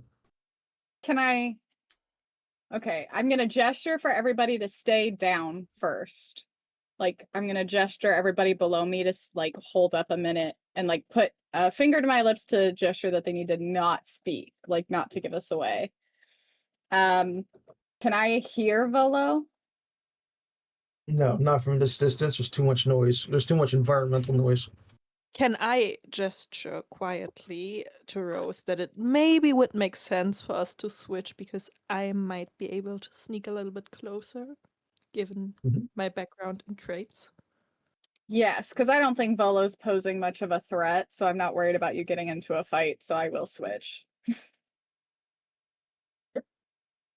So Mariah, you climb up the ladder as Rose comes down, or at least at the very least slides out of the way for you to pop your head up. You have the same kind of sensation where it's just blinding for a second, just because you're bright sun, you haven't had a bright light in quite a bit, your eyes are adjusting. You look around, you see the same thing she does. There's a ton of people out and about. There's like roofers on top of T2, the building to your left. There's roofers like repairing part of the roof. Like it's a typical busy day in Waterdeep. There's nothing out of the ordinary. But yes, off to the right, next to this tavern entry, is Volo and an individual standing like right next to him. They appear to be together, but neither one is noticed. Okay, but there are also like a lot of people close to them, like walking past them and stuff. So it's not like there's people. Okay, Yeah, can I there's like people coming and out. get out completely and like blend into the crowd and get closer that I can hear them unnoticed? Since you're trying to do this unnoticed, basically stealthfully, make a stealth check as you're blending into the crowd. 19, pretty good.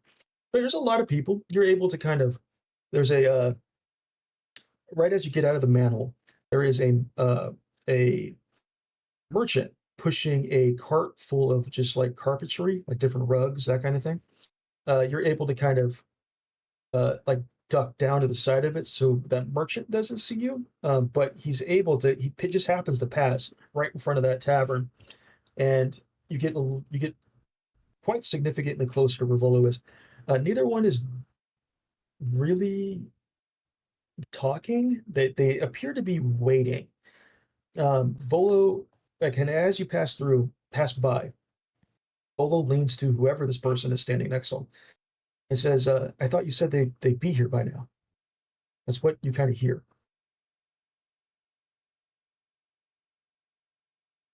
Okay, I wait a little bit longer to see if they say anything else, but when they don't, I sneak back to the manhole to and get back down and tell the others that I think we can just get out and go to Volo. Yeah, it appears to be like, look, I'm not telling you, but it appears to be totally safe. Like, you don't appear to be in any danger. You just don't know who this person is standing next to Volo. That's the only thing. So yeah, you head back. You tell the group. That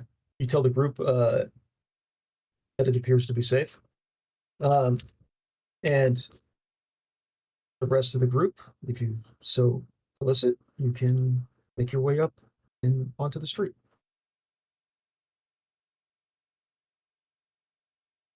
Okay. I do just that. Same. So one at a time. Mariah's already up. Rose kind of follows. On her shoulder, Sarathan has Floon, who's again badly injured, but going up. You pop out of the sewer with Sarathan with not great difficulty, but some difficulty. Once again, Mr. Turtle,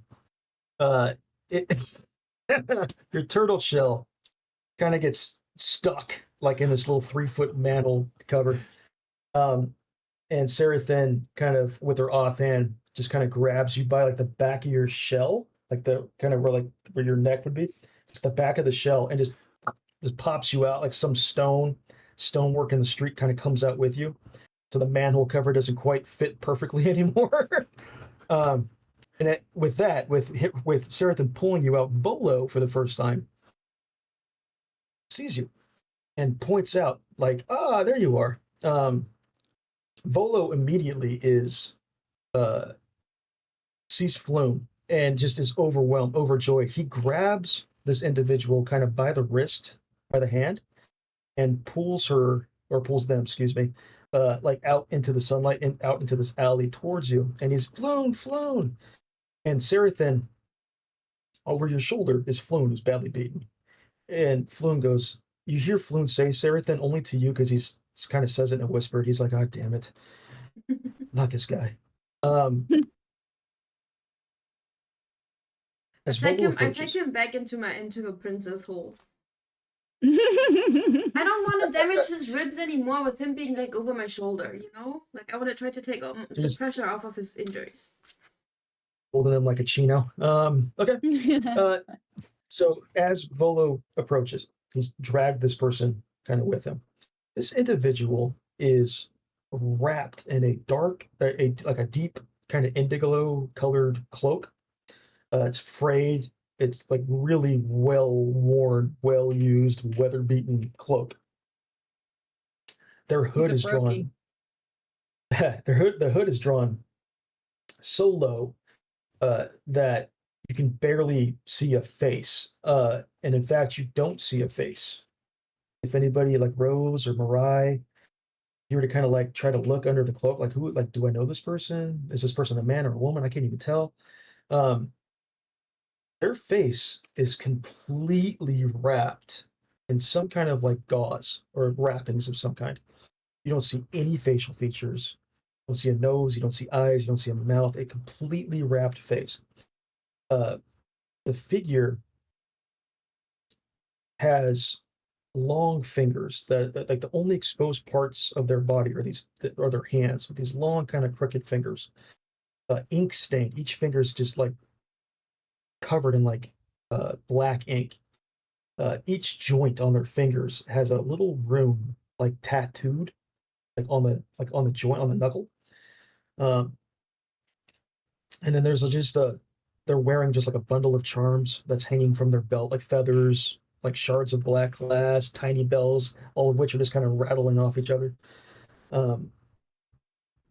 Yeah, again, their entire face is completely covered, and as Volo is like immediately trying to tend to Floon, checking on Floon, this figure raises a crooked hand, and all like their thumb is pointed down, like into their fist, like into their palm, but their 4 fingers on the right hand, as they lift their hand, each finger is pointed at you.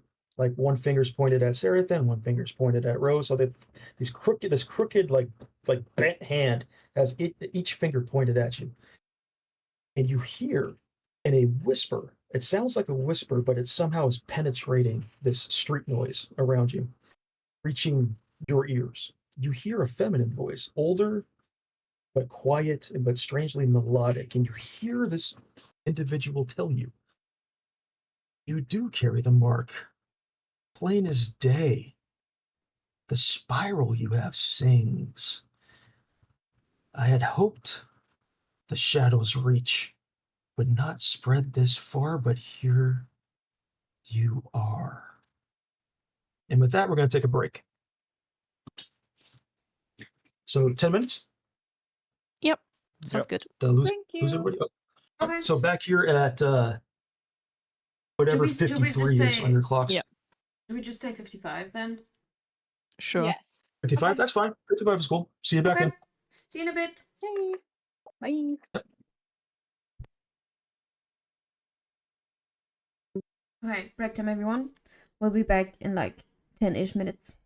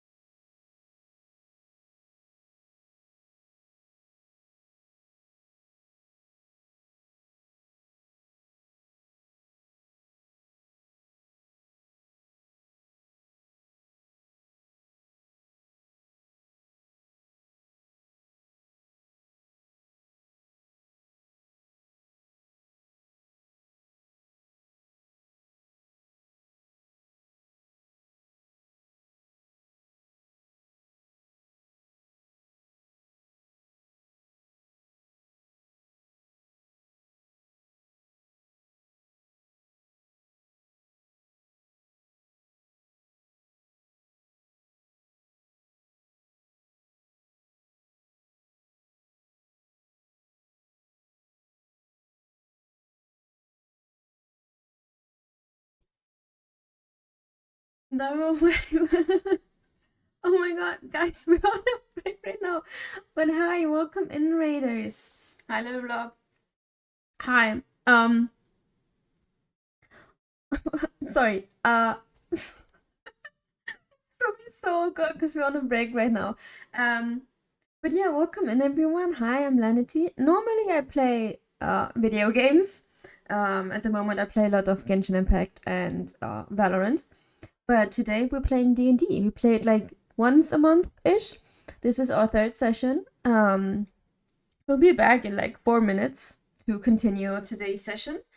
But yeah, if you guys would like to hang around, we're having a lot of fun today. But if you need to trade and run, feel free to do that. But yeah, how's G? What did you guys do? Welcome in, everyone.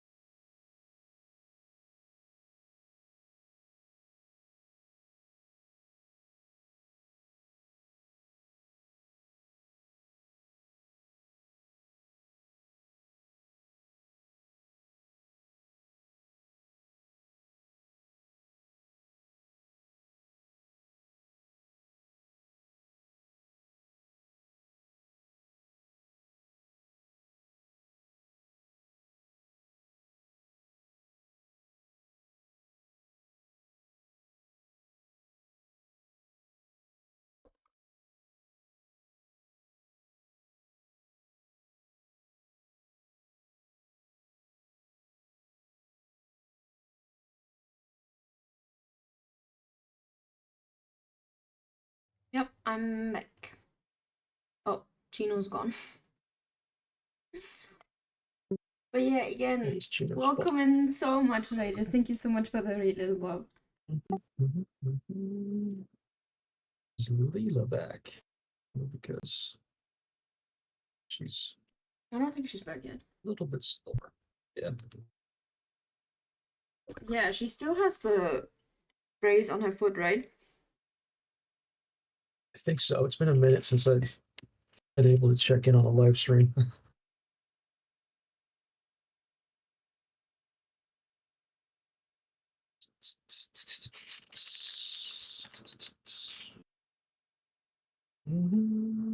Is Nika back? I am. Is Leela back?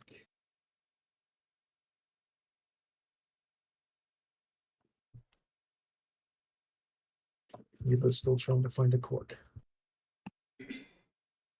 She's not German. so she's not on time. Oh my god. That was rude. That's accurate. That's accurate. Hi, Yeah, yes, it we was are just in playing time D&D because right this is now. The so This Yeah. is our third session. Yeah. We So, play that about once a month. dart you got, Nika? There is an actual, if you go but to your, yeah. you may have already done this, and I'm over-explaining something you've already done. But on the inventory tab under manage inventory, you can actually add, there's a dart weapon in D&D that you can add to your inventory. You got a good PC. Thank you. I really like my PC too. You can do one of two Also, things. hi You can Arrow. just Thank you so straight much for up, the 9 like, months. throw it like a No dart. fireballs yet, I think it has a range but of burning hands earlier. 20 feet. I might be wrong. I'll Oh, tell you what the range of thank dart you is. so much for the follow, little bub. if I look for dart, there's like just dart in white font, but then there's also like dart in green font with a +1, but you just mean the Yeah, first one, right? It's just the first one, yeah. It's okay, yeah. So it has a range of 20 feet, meaning that you can easily just throw it like a standard ranged attack for 20 feet. You can throw it farther than that. You can throw it up to 60 feet, but anything between 20 feet and 60 feet away, you have to make that ranged attack at disadvantage because you're throwing it far. It does, I think, just a straight up 1d4 piercing damage, just as a dart does. But because it's poison tipped, it does. You'll need to make note of this somehow because I don't think there's an actual. Let me double check. I don't think there's a poison dart item. No. So you'll just have to make note of this. So on top of the standard 1d4, it does 1d6 additional poison damage. So yeah, you can throw it, or you can just like walk up to somebody and like stick them with it. I think these are the same darts. I'd have to double check. If you ever come across a blowgun, like if you wanted to do a little further range, um, like a blow dart, I think that you can use a dart for that as well. But for the meantime, you can throw it, you can stab somebody with it, that kind of thing. I changed the name to Poison Dart, so we're all Perfect. Yeah. Yeah, there should be a notes section somewhere in there that you can just type in notes about. Yeah, I don't know. I just clicked customize and changed the name. So yeah, but under that same thing, there should be a notes section somewhere where you can just type notes in about it, so you can add d6 1d6 poison damage. Yeah, true. All right, Leela, are you back?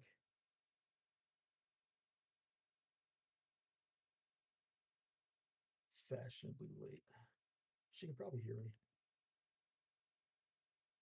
Is she back? I don't think so. I have a small question about False Life. False Life? Okay. Is the duration infinite? Let me double check. It doesn't say anything about duration. It's been a while since I've looked at this spell.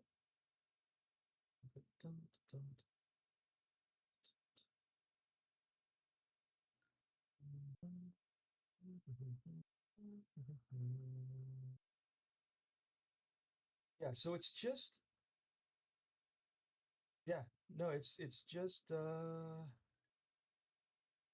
it's just kind of there. So those are temporary hit points, meaning that if you take damage, or somebody else takes damage, you cast the spell of False Life on. Oh no, sorry, it is self. I don't know if you can cast this on some. Yeah, so the damage comes off of the temporary hit points first, and then your main hit points. So yeah, no, this lasts. From what I can tell, lasts as long as you have these temporary hit points, and once they're gone, and then you would just cast the spell again. And they do last through a long rest as well. Yeah, again, it doesn't say it doesn't, so I assume this is just on you until you lose it. Do we wait until Leela's back, or can I cast it right now? She's back. False Life. I'm back. Sorry, I was just trying not to interrupt. Was False Life one of the spells that were in that guy's book you just picked up, or is that something you already had? I knew it already. You knew it already? Okay, yeah, no, you can just cast it. I think it's a first level spell, if I recall. So you're using a spell slot to cast it, but yes. That's a lot of hit points. It's a lot. Yeah, it is. I don't know what you rolled, but it can be quite a bit. 11. 11. Nice. Yeah. I mean, that's damn near almost as much as you normally have anyway. Yeah. Um, yeah. So there's a section on the HP section where you can add temporary hit points. I did Just that. dump those in there. Yep. And then yeah, it's a spell slot. So you've only got 3 spell slots. So keep that in mind. You just used one. Yeah. All right. All right, Lila's back. Everybody's back. Everybody ready to go. So you've made your way back up to the streets. You've been approached by Volo and this individual who has identified the marks on your wrist. Uh, going so much as going so far as just like straight up calling you out about it. Volo, seeing that recognition, oh, splendid. She noticed your marks. I was this close to writing an appendix in my book about your scars in my next book, but alas, my illustrations turned out rather tentacle heavy. Let's go inside. Let's get out of here. Let's go inside and have a little bit more quiet conversation. Um, at this point, Volo is patching up Floon. He's got some healing spells of his own, and is tending to Floon's wounds. Floon is now able, Sarathan, if you so choose, Sarathan. Floon is able to stand on his own unless you want to continue. I'm gonna carrying continue to him. carry him. I have a question. Yes. Can I ask him to heal me while he's at it? Can you ask Volo to heal you? Yes. Yeah, Volo walks up. It literally just touches you on the shoulder. And un momento, because I have to roll this, because I don't have a Volo character like you all have characters. Um, you're gonna get back up to 12 hit points. Okay, so I only have 8 out of 16, so I just get full heal. Yeah, that you just effect, max it out. Yeah. Right. Okay. Great. Thank you, Um, Volo. yeah. So Volo's incredibly happy. He's got his friend back. He leads you into this tavern, the Long Hook. It's a small tavern. You guys are the only one there's other than a bartender. You guys are the only ones in there. And this is just kind of like after lunch, so the people that were there for lunch have already, gone back to work or gone about their day, whatever. Volo embraces Floon like a long lost friend of sorts, patting his friend on the back, just continuing to just kind of patch him up. He's got bandages. He has a very basic medical kit, just kind of patching him up. Volo seems genuinely concerned about the well-being of his friend, but he's very gracious, very gracious towards you, very happy that his friend has been returned safely. You sit down around a large round table, all of you. It's Floon, it's Volo, it's this mystery person, and then it's the 4 of you. Can I? This So I'm still carrying Floon. Can I wait till like one of my party members sit down, put Floon on the chair next to them, and then sit next to Floon so that he's like flanked by like one of us on both sides, and he does not have to sit next to Volo? Okay. Volo, make a. Are you intentionally trying to keep him away from Volo? Well, kinda, because he said, "Oh, not this guy again" to me. Like he's annoyed by Volo, and I can understand that. Yeah. You sit down kind of forcibly, like Floon kind of sits down. Volo goes to sit down like on like his left, but Mariah's already sitting there. Um, so Volo kind of immediately moves to like go sit down on the right side of Floon, and then seeing that, you, Sarathan, kind of sit down, like eyeballing Volo. Volo's like, okay. Volo rounds the table, sits down across from you, Sarathan, right next to whoever this mystery person is, who has their head down. This mystery person has their head down, like just looking at the table, not looking up at you. But both hands, these kind of ink dipped fingers, both hands are just kind of like sitting, like almost kind of like spider legs, like spider legs, like just sitting on the table. It's kind of just a very strange individual. Can I do an insight check? On the individual? Yeah. Sorry, hang on 1 second. I need to fix something real quick. Give me 1 second. I'll allow it. Wow. Just this once. Yeah, so go ahead and make an insight check. Are you doing this, like, do you want the rest of the table to know that you're kind of digging deeper, or are you just trying to do this on your own? I'm cool with doing it on. No, what do you mean?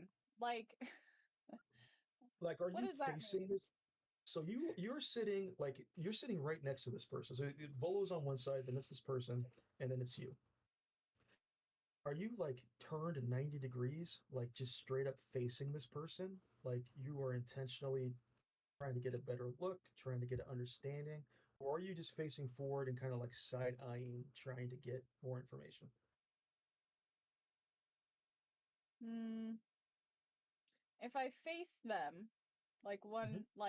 is the rest of is the rest of my crew allowed to like notice my behaviors after that and then fall in line accordingly? Is that what we're getting That's at?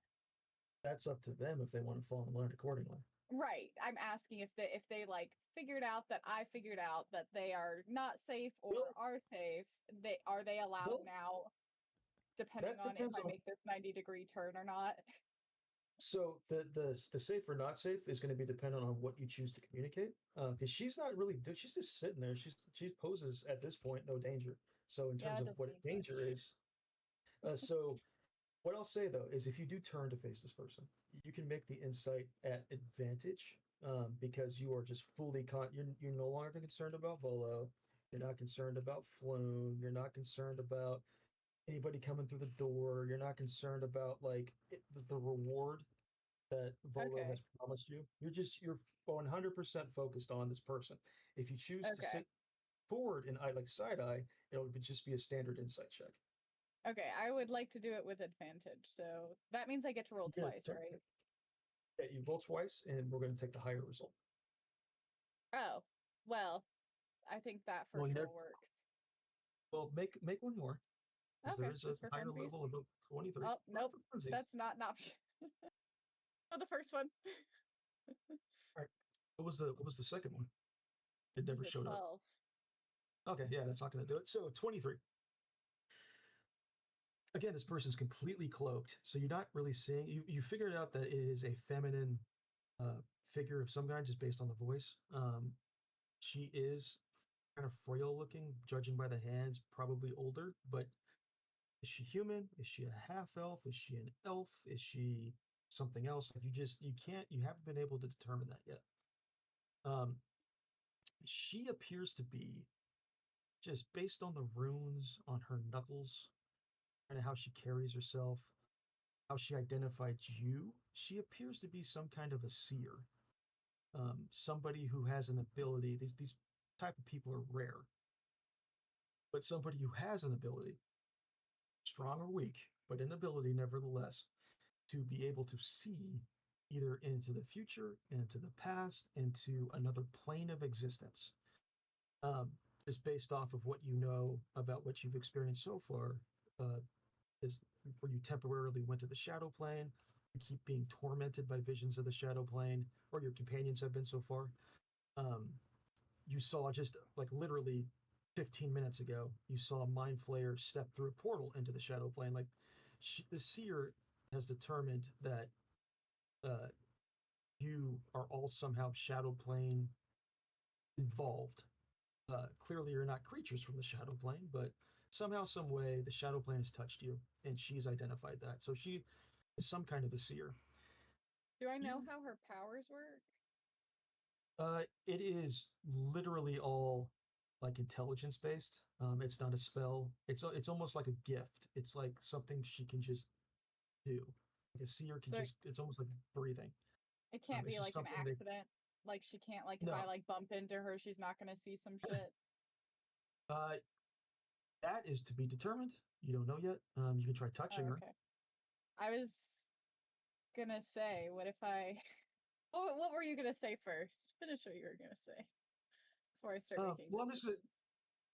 I was going to say, I mean, you've like slowly pulling this information out over the course of about a minute while Floon and Volo are kind of catching up. Floon, Seraphim, you're getting the sense of Floon, what Floon whispered earlier that only you heard. You get the sense that they've only been talking for a minute. They're talking about a wild like night out the other night, which was the last time Volo saw him. They got a little too drunk. It was a little too rowdy, and then they got separated, and he eventually got kidnapped. It was just a rowdy night, and it sounds like something that Volo kind of instigated, like Floon. It sounds like Floon wanted to go home, but uh, Volo wanted to stay out later and get, more drinking on, more partying on, went too far. So it just sounds like Floon is like, I don't want to drink with this guy. He's a friend, but I don't want to drink with this guy, go out with this guy anytime soon. So back to the seer. So over the course of the minute, that's the information you pulled, that she's some kind of seer. She doesn't appear to pose any danger to you. She doesn't appear to have any kind of uh, any kind of like inherent challenge or anything that would like just put your life in danger. That's not what she does. She more or less just tries to navigate kind of what people go through, and you guys are all going through something.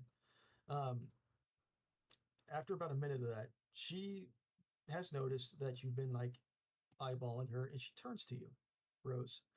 Again, she's just her whole face. You'll get any face. Her whole face is just wrapped in gauze.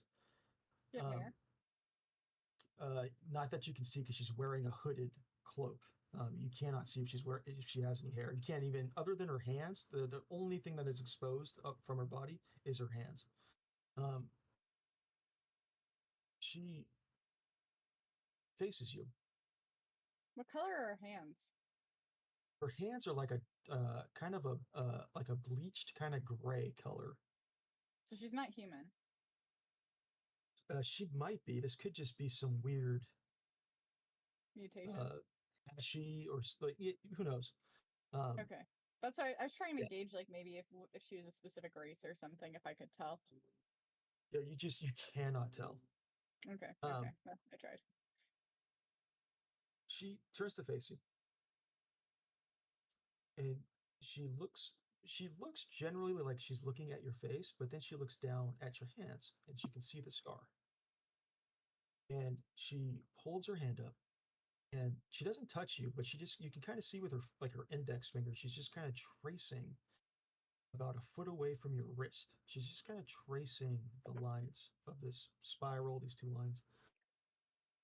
And she kind of cocks her head and looks back up at you, and she speaks in a whisper, but it's a kind of whisper that just it's almost like a full speaking voice.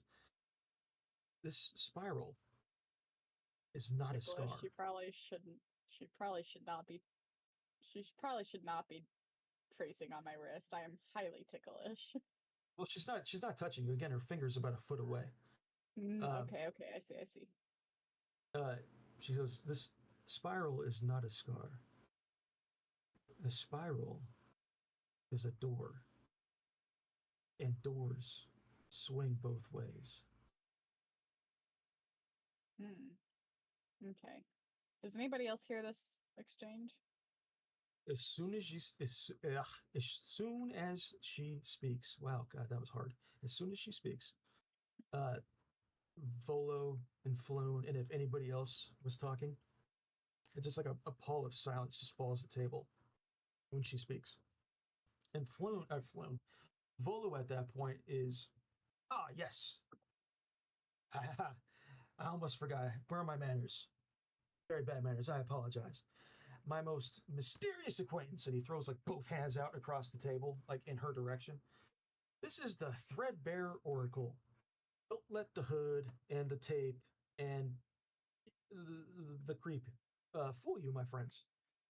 Under there surely is a dazzling smile with all of her teeth fully intact.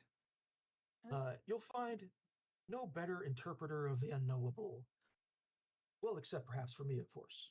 But I must admit, their fashion sense is a little bit more dramatic than mine. She is the wizard that I told you I would find for you to help you out. And she kind of, for the first time, this mysterious figure kind of snaps in his direction. I told you, Volo, I am not a wizard. I am an oracle. It goes, Volo kind of stands up, says, "You've brought back my friend Floon. For that, I am eternally grateful. And as I promised, I would find you somebody that can help you out with your little predicament. The doom, yes, the doom, the shadows, all that, the hand stuff, whatever you guys were talking about before. I wasn't fully paying attention. I apologize. Uh, but he leans back towards the bartender. It was like, again, this is a very small tavern. There's maybe 3 or 4 tables, and then a small bar. One kind of oafish-looking, older human male who's just a simple bartender. Volo kind of leans back towards him and tell me. Do you happen to know? Do you serve pickled quail eggs here? Asking for just myself. Oh, and my friends here, of course. The bartender goes, beer. Volo goes, okay, I guess beer it is. Everybody want a beer? Beers are on me. Anybody want a beer? Who wants a beer? Yes, I'll desperately. take a beer. Bartender, your finest beers, please. And then he turns his attention back towards this seer who he's identified as somebody, or at least he calls this person the threadbare oracle. She's herself has called herself an oracle. He turns back kind of in her direction, again, addressing the whole table. You'll find her touch is a little unnerving, a little unsettling, but don't worry. She knows what she's doing. She can absolutely help you out with your little predicament, whatever scars. You called it a door, whatever. She can help you out. All I want to do is just document from my book, whatever it is. This thing is. I think the world should know. I think I've established myself to you all as a trustworthy person. You brought back my friend. I gave you a wizard, a seer, an oracle, whatever. However, I do have to press one thing. I confess, I did offer you a sum of coin to bring back my friend. I unfortunately don't have that coin on me. I'm waiting to sell. I'm waiting for an advance on my book. But I do have something to present to you all that is far more valuable than coin, and I'm going to give it to you if you will accept it. And he pulls out of his bag this kind of 1 foot long. It's almost like made of balsa wood. It's a very frail looking tube, and he pulls a scroll out from it. And Mirai, you're kind of sitting next to him. If you were just to kind of glance at whatever was written on the scroll, it looks like some kind of a deed. This deed, he says, and he kind of unfurls it and like flashes it quickly around the table for everybody to see. This deed is to a remarkable property here, right here, in Waterdeep. We'll need to get a magistrate to transfer ownership because it's in my name, but I would more than happily transfer ownership of this property to you. I can arrange a meeting immediately to have a magistrate come and inspect this estate, which is just right up the street here, and give it to you. So DM to players for the moment. It helps to have a kind of a base of operations, a place that you can return to, that you don't have to pay. You don't have to keep paying taverns and innkeepers money to in order to have a good night's sleep, but also a place for you to strategize, a place that obviously you can rest, a place that is kind of like a base of operations for you to kind of own, a home, so to speak. And just based off of what is written on this deed, this certainly looks like a capable piece of property. So he rolls the scroll kind of back up, puts it back into the tube. And he kind of looks at Floon, pats him on the back, and he says, "All right, you drunk idiot.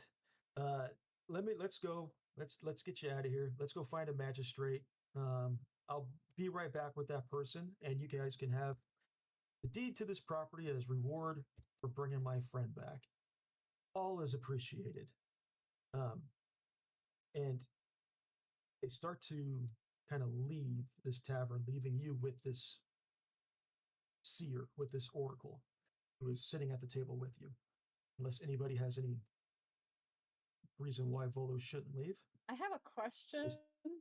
Huh? I have a question. What happened to the pretty guy that was following us through the sewers? Pretty guy. The Lord never. What's its name? Yeah, never. Yeah, Lord never. He did follow you up the ladder, but he's not here. He didn't follow you into the tavern. What? He didn't follow you into the tavern. You gotta remember, it's busy outside. He I could have let him snuck go? away. You were preoccupied with kind of a creepy looking lady pointing fingers at you. Alright. For the moment, he's not here. Well, So fuck that bitch. She didn't even say goodbye. for the moment, he's not here. Who knows where he could have been? He could be nearby for all you know. But he didn't. He did not follow you in here. So you're sitting now at the table with this seer who has identified themselves as some kind of an oracle. She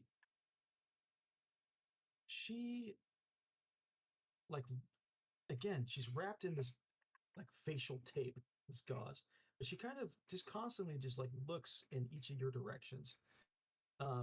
And she goes, "This is not a good sign. I take it you've seen visions of some kind? Have you seen I visions? don't What think have I you saw seen?" any vid. I don't think I've seen any visions so far. I've heard Not yet. voices for sure, though. Um, But I can't tell if those are just the regular voices. yeah, no, she asked the table, "Has anybody seen anything unusual?" I mean, I've seen a lot of unusual stuff since I met all of these people, but no visions. No. Ooh, how about I pull out the weird bottle of goo and I set that on the table in front of her and gauge her reaction. She recoils immediately. Oh, She goes, I knew keeping that goo was for something. she, I just want to yeah, mention I also back up a little bit because I find this thing disgusting. yeah, it's so in this vial, this goo is like gently swaying, like not from like you putting it on the table, like a gravity reaction. It's just like slowly moving on its own accord inside this vial. Um, she's, she looks back at you, Rose. You have been. You've you've seen the other side. You've been to the other side. You have been there, indeed. Have you seen him? Can I ask her about, okay, him like the mind flayer? Question mark? That's, yeah. Let me ask No, her if that's what. The mind flayer that something went through more. this funky portal and left this goo all over the place? Oh, so he can walk through the plains. Why is he not here? Not a mind flayer. Something far worse than a mind flayer. Oh, the Uh, hands that stole our companion and dragged her into the abyss?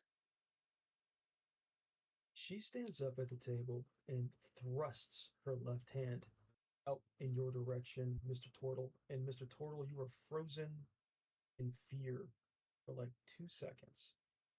You just feel paralyzed in your own shell. You feel what feels like fingers feels like fingers, like almost massaging your brain as if the fingers are looking for something. This goes on for about 2 seconds, and then she recoils her hand back from you, and that sensation goes away. You Okay, have I'm gonna react to this in a panic. Like I'm gonna scoot back my chair out of my seat and like be on the ready, because obviously that fast movement is gonna freak me out. We don't know this lady. She has not been moving around that quickly. you have felt him. Doesn't have a name, at least not one that's uttered here. But he has you. He has all of you.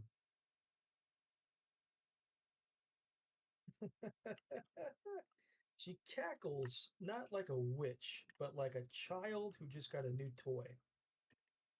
Like there's kind of a joy. And she like gently like leans onto the table. This man, this figure with no name, he exists only in the shadow plane, but he is not of the shadow plane. He was sent there long ago.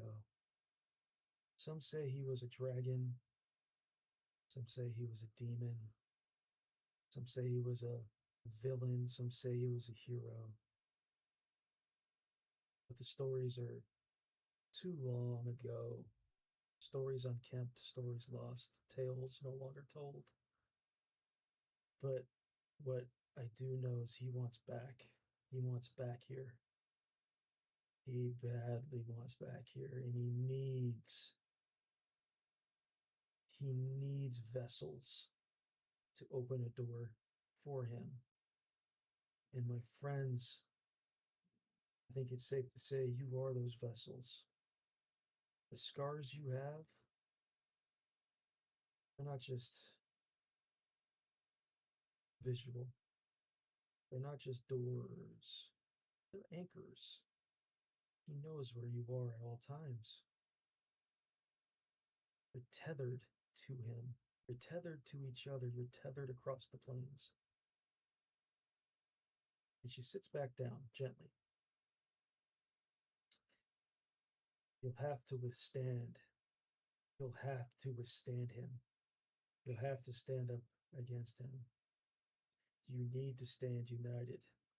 If he's allowed to leave the shadow plane and return, it will be our doom.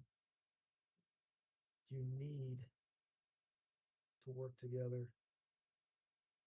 You need to allow each other into your visions. Together, you break those strands, those connections to him. You can break his ability. You can slam shut the door. Or, and she kind of leans back casually for the first time, like just leans back, almost like it feels like she's like gonna prop her feet up on the table. Or you can find a way to venture to the shadow plane and just kill him. I guess is the other way. You said your friend was there? Friend's a term we're using loosely. Well, that's not a good sign. That's a sign that she was weak. Alone. Alone, you are weak. Together, you are stronger than you know. You have to allow each other to work together to withstand him. However, he tries to penetrate into this world, you have to work together to find him back. And that's all I know. As she grabs a mug of beer and pulls down like a part of her like gauze, And you can see just kind of clear, like ivory skin, very, like just perfect skin, perfect teeth. Fuck. And she starts chugging back a beer. Hmm.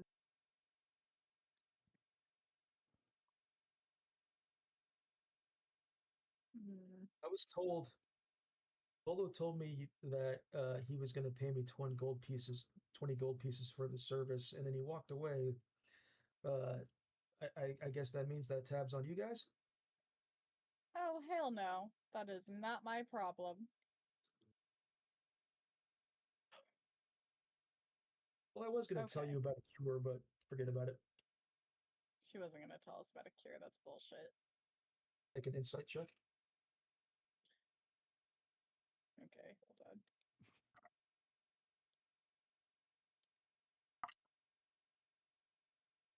Yeah, I got a 12. 12. Yeah, generally bullshit.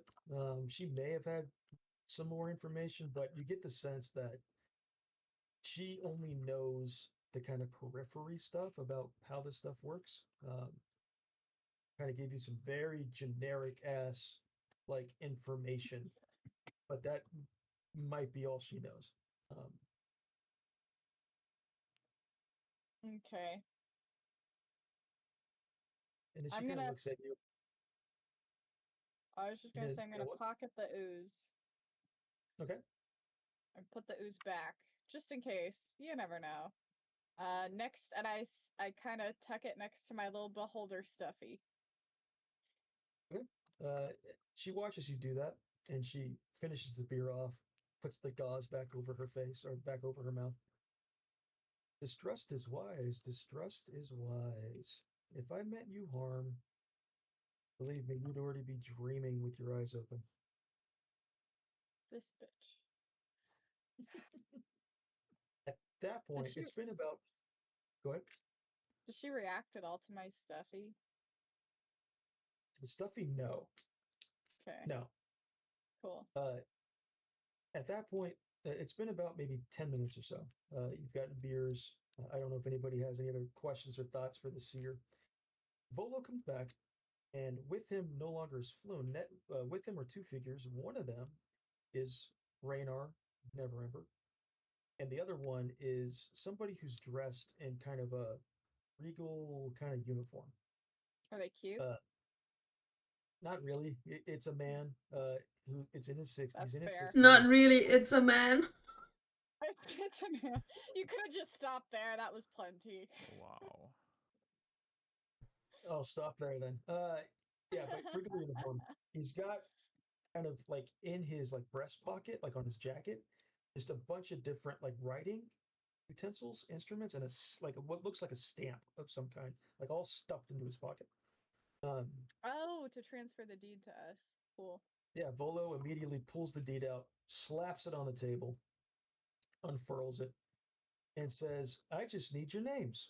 It was Flower Petal? No. Tulip? No.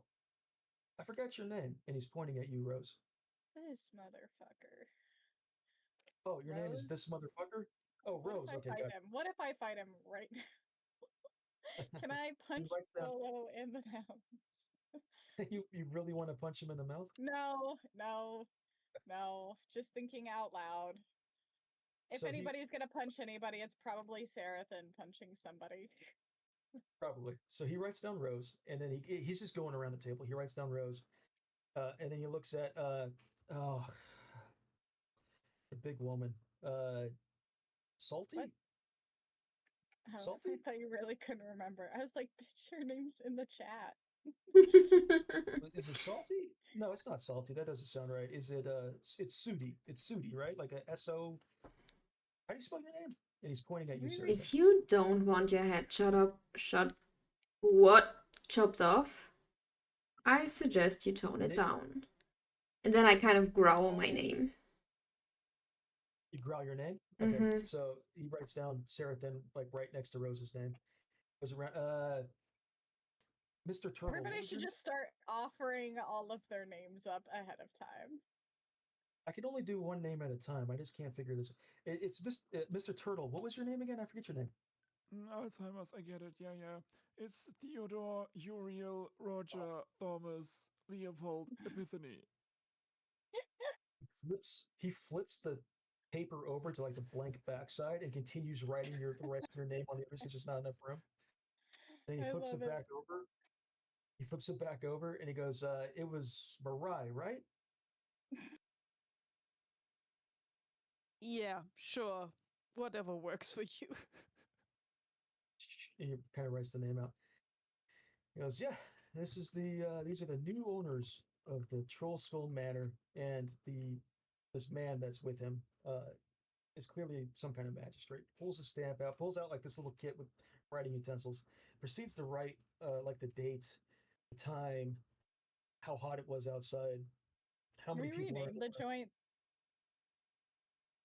Can you rename the joint? Are you Yeah, asking? Are you asking I'm me, the DM, or are asking you asking the magistrate? both. Uh, Technically, yes. The DM to you, you can absolutely rename it. However, this manor, he hasn't. I mean, I might be giving a little bit of the ingredients here, but this manor is well known in Waterdeep. Um, Oh, it'd be like renaming a famous building. Like you can do it, but are people going to acknowledge it as that?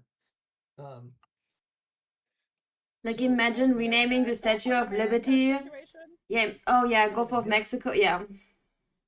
Yeah, I like that we're on the same vibe there. yeah, that's that exact same kind of thing. Gulf of So America situation here. All right, then I guess we keep the ugly ass name. yeah, so the magistrate writes a bunch of like legal looking information down, and then pulls out this elaborate stamp that has like an eagle. It's basically the sigil of Waterdeep with like an eagle kind of over the top, and then it has his number, like his specific magistrate like license number. He pulls out his ink pad, which is just a purple, very like moist, thick. It's almost like a sponge kind of an ink pad. Presses this heavy stamp into it, and then just clank right on right on the table, like right on this scroll. Olo stands up, clasps his hands, and like, my friends, you are now property owners in Waterdeep.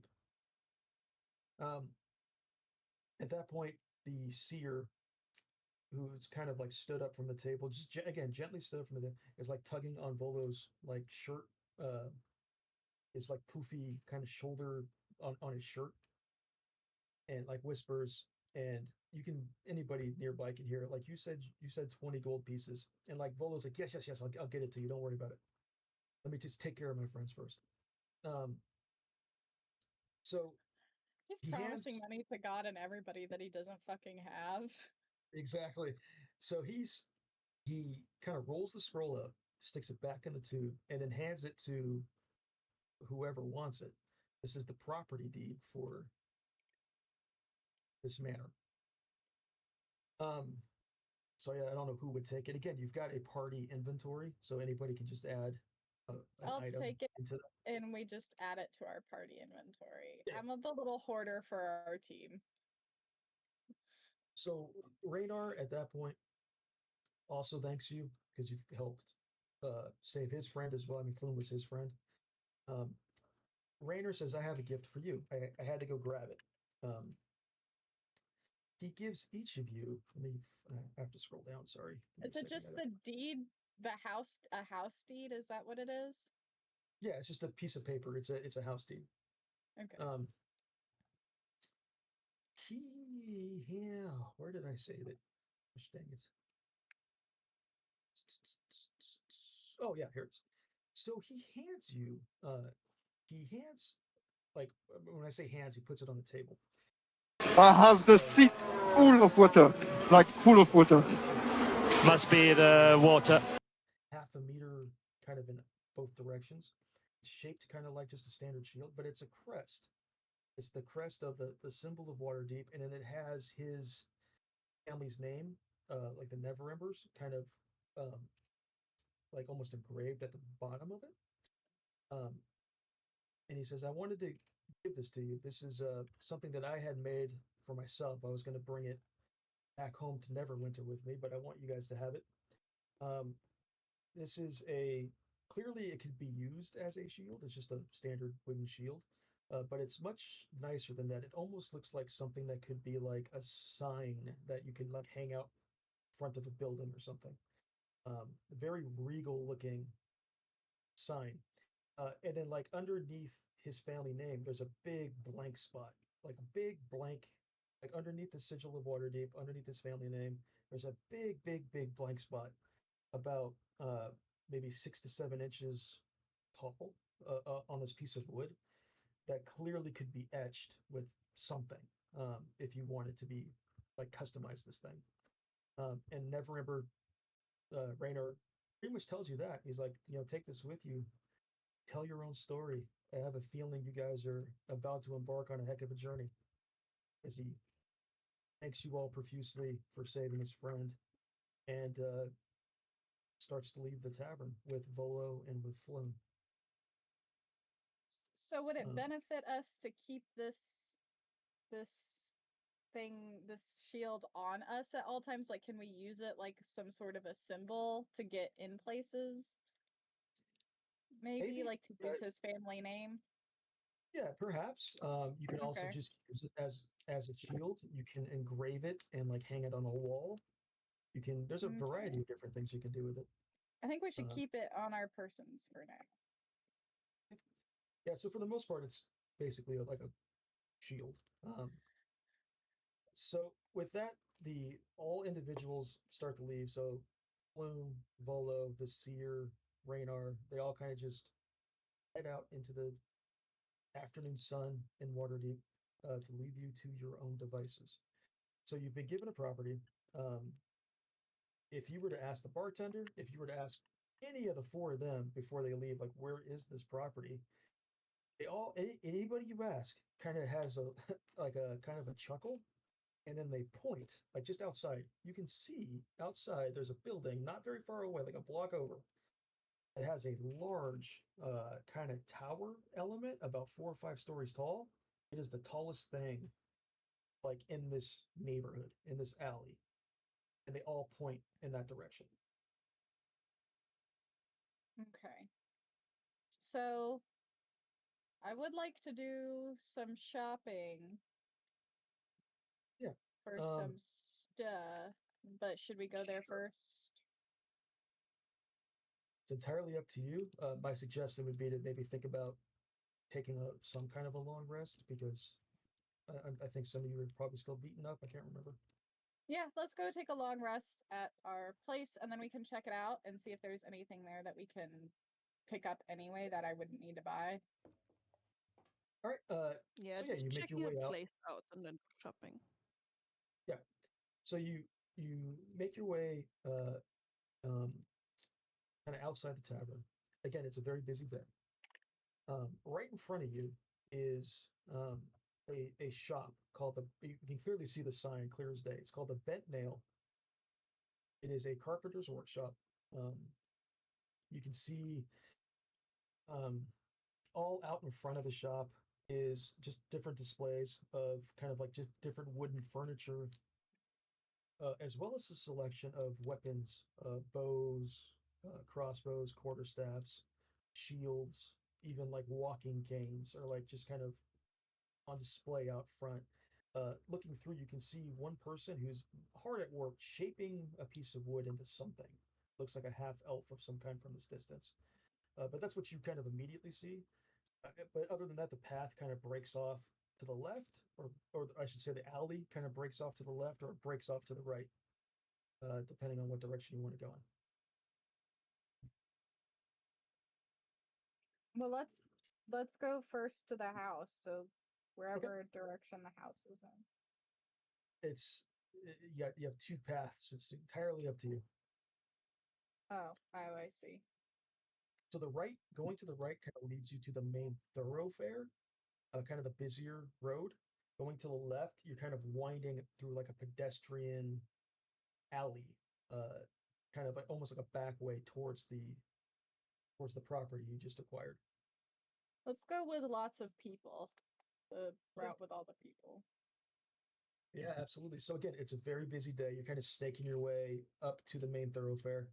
Tons of people are out. There's like there's little merchant carts. People are selling fruit, vegetables, little doodads, knickknacks. There's people on tables and chairs that are playing dragon chess, cards, dice.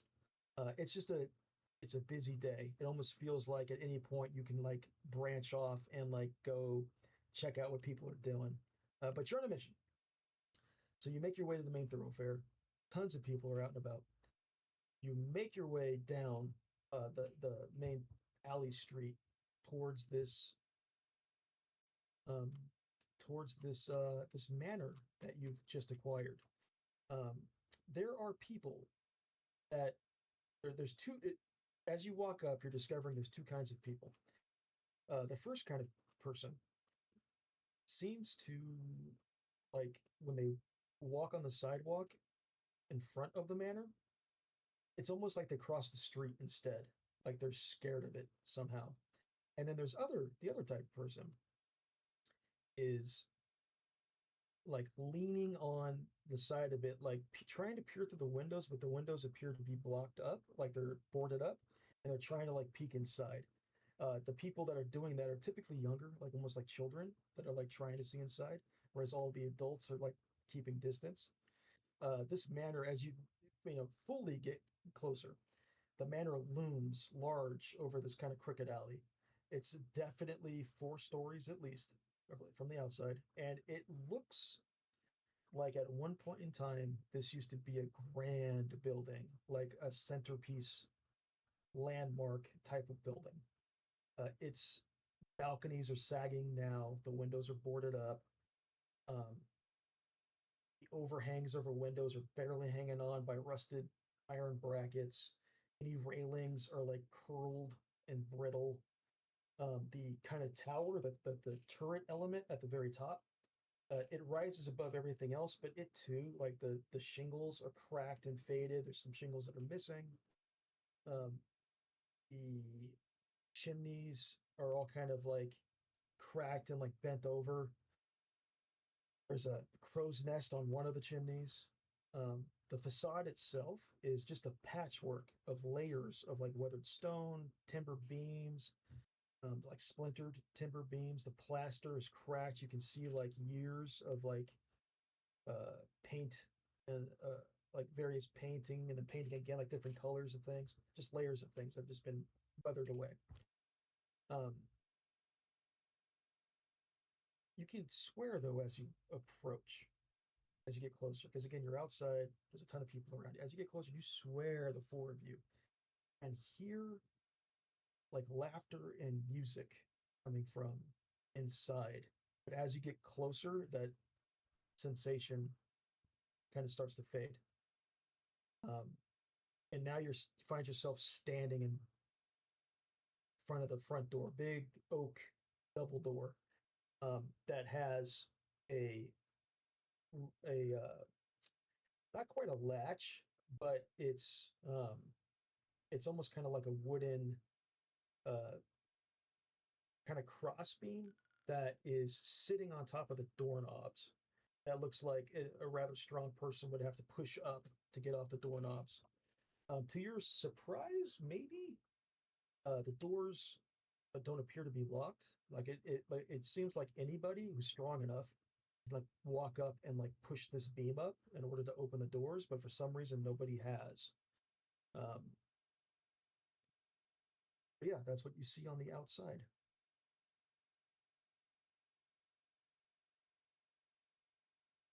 Just want to go inside. I want to knock first. Okay, so Mr. Turtle, you step up. How are you doing? Like a big heavy knock? Or are you just doing a tap? Like how are you doing it? This is what happens when I don't talk fast enough.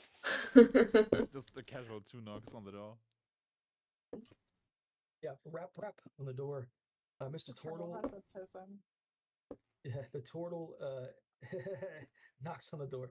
Mr. Turtle, for a second, you feel like you heard like a chair kind of scoot, like almost like the sound of like a chair scraping across the ground, as if somebody stood up. But you don't hear any footsteps. You don't hear anything else. You're not even quite sure you heard what you heard. It's just kind of a weird sensation. It could be an echo from someplace else in this alley, but Great, they're gonna jump us. from what you can You tell, damn it. This is fucking from terrible. from what you can tell, there's nobody in there. Yeah, so he says. Seems safe. No! Fine, you go first. You're already almost dead. I'm too weak, I can't open it. Too damn bad. I'll Yeah, walk this up is and definitely open a it. job for Sarathan. Yeah, so Sarathan, you've got to like brace yourself up against like your back up against the door in order to like squat and like push this big heavy timber beam up. But you're able to do it. You push up, you get the beam like off the door handles, and almost immediately when you do, you almost kind of fall backwards as the doors swing open with the weight of this timber. It's like no longer on the door. Um, you kind of recover without stumbling and having this big heavy timber beam fall on you, and the doors to your manor swing open. So you guys are down here. This is a floor plan that was graciously given to you by Mr. Volo. The first thing you see, it's dark inside, but you all have dark vision. And I don't. besides, you've thrown. Well, besides, she's thrown the door open. So actually, I apologize. You guys are all. Oops. I put you all in the exact wrong spot. You all are down here. And actually, Sarathan. Yep, there you go. Sarathan, since you opened the door, the first thing you notice is that this is not a home. This isn't like a mansion. I mean, it's shaped like a mansion, but it's not a mansion. You immediately open the door, and it's a tavern. Nobody's here. Everything's covered in cobwebs. The furniture is all broken. Tarnished silverware is on the floor all over the place. There are old casks of wine that have, you can smell it. The wine has turned to vinegar. There's just worthless kind of doodads from a far long time when this place clearly used to be some kind of popular tavern. But that's what you see when you first kind of bolt in here. That this looked like some kind of tavern. You do see there is a on the far corner behind some tables. There's a set of stairs that it looks like it goes up to a higher level. You all know how taverns work. Excuse me. You can probably guess that the upper floor has rooms or bedrooms of some kind, probably a bathroom, a common room, perhaps even a library, probably some storage spaces. Like this is not atypical for uh, um, like a typical tavern. So that's what you see when you enter in. It's quiet. There's clearly nobody here. Everything's covered in a layer of dust. If somebody was here, you would see footprints. You don't see any. This place appears to have been untouched for quite some time. But that's what you see when you enter in. Okay. There's two things that I want to look for. I would like to look in the library to see if there are any more spell books in there or something, and then I'd like to look. I don't think we know yet that there's a library. All we see is the tavern room right now. Again, Volo. I mean, this is not the cleanest way to do this, but Volo gave you floor plans, and they're okay. You have this, yeah. So he's labeled things. Whether or not the library is a library is to be determined, but that's what he's labeled. I would like, just so everybody knows what I'm interested in doing, I'm looking at going to the library to see if there's any more spell books, and then I would like to look either in the storage or the bedrooms. I'm gonna poke around looking for a medicine kit. I don't know if there's anywhere else that might be, but those are the few things that I'm gonna look for. I'm gonna go check out the pantry and the kitchen and like start to clean off some of the cobwebs that are everywhere. Yeah, we can clean as we go too. So let's do this one at a time. So Rose, just so give me a second, just so I know what everybody's doing. Oh, hang on, Rose, don't go too far. Oh. Rose is going to the library to find spell books. And then Sarah, then you said you were going to the storage room? I forgot where you said you were The going. pantry and kitchen, checking out if I find anything there. Like, yeah, trying to clean up some of the cobwebs everywhere. Okay. And then Mirai and Mr. Turtle. Is there anything just- at all? I mean, you all can easily just head to Yeah. the bedroom and stake claim if you want. No, I just is a announced bedroom that loudly has to everyone. Sorry, continue. I was just gonna say there is a bedroom on the map that has a private bathroom. There's Yeah, two. There's two. That's true. There's the two. master So bedroom.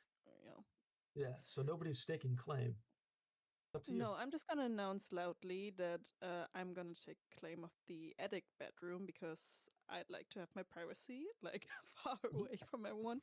And I'm heading up there, like dropping my stuff at the attic bedroom, and then I'm gonna take a look at the attic storage.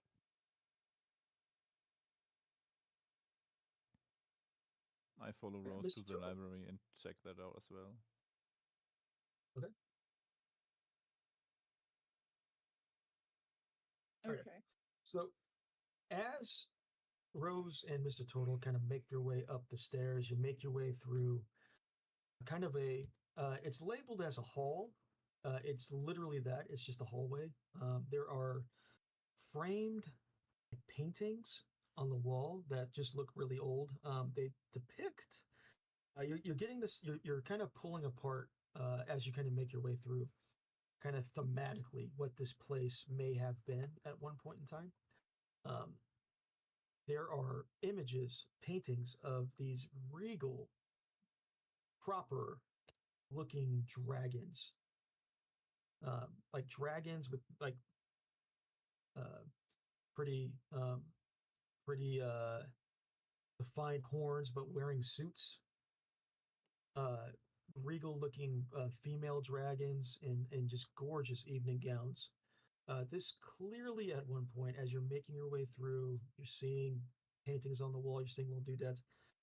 This clearly was at one point like maybe a supper club or some kind of a social club or Dragonborn at some point in history. You haven't been able to find dates yet, but at some point in this building's history, this appears to be some kind of social club for Dragonborn. Yeah, you make your way up the stairs and into that library and study. All along the way, everything is just coated in dust, coated in cobwebs, coated in a kind of like uh, there's like leaks in the roof. There clearly is some like leaks in the roof because water will come down and like pool around items that are covered in dust. So there's like kind of like this grimy, like these grimy kind of not quite muddy, but just very grimy puddles that are kind of on the ground, on some of the tables. You make your way into the library. The library is smashed.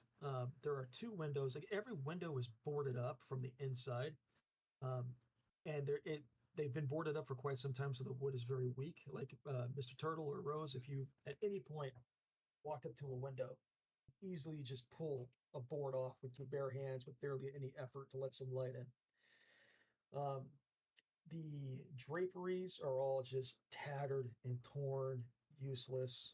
The bookshelves are smashed to bits.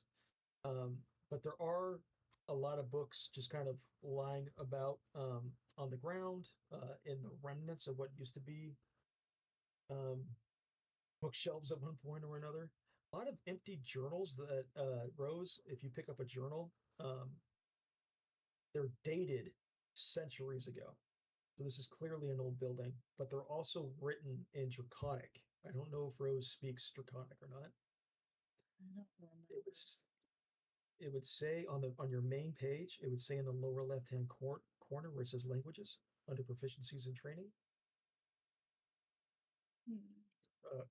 For instance, Oh, Mr. Turtle speaks. no, I know Common, Druidic, and Elvish. Okay. So yeah, it's all written in Draconic. So you're not picking any of this up. But what you are picking up is that these books are old. These journals are old. One of them looks like a ledger of some kind. Again, all written in Draconic. That kept track of like it looks like it keeps track of like membership dues. You're seeing different names, but you're seeing the same amounts. It looks like 50 gold pieces, and it looks like it's paid monthly. So you're getting the sense that this social club, to be a member, you had to pay a 50 gold membership fee a month. I wonder where they would have stored that. Stored the gold? Yeah. Who knows? I mean, chances are, just based on what this space looks like, if there was gold stored here at one point, it ain't here anymore. Damn. But that's really all you're kind of getting out of this library study is that kind of information of like what this space, what this building used to be. Somehow it's dragon themed, draconic. Perhaps it's still known as that, but that's all the information. You don't. There's no spell books in here, Mr. Turtle. So nothing for you to glean off that way. But you're getting the same information, Roses.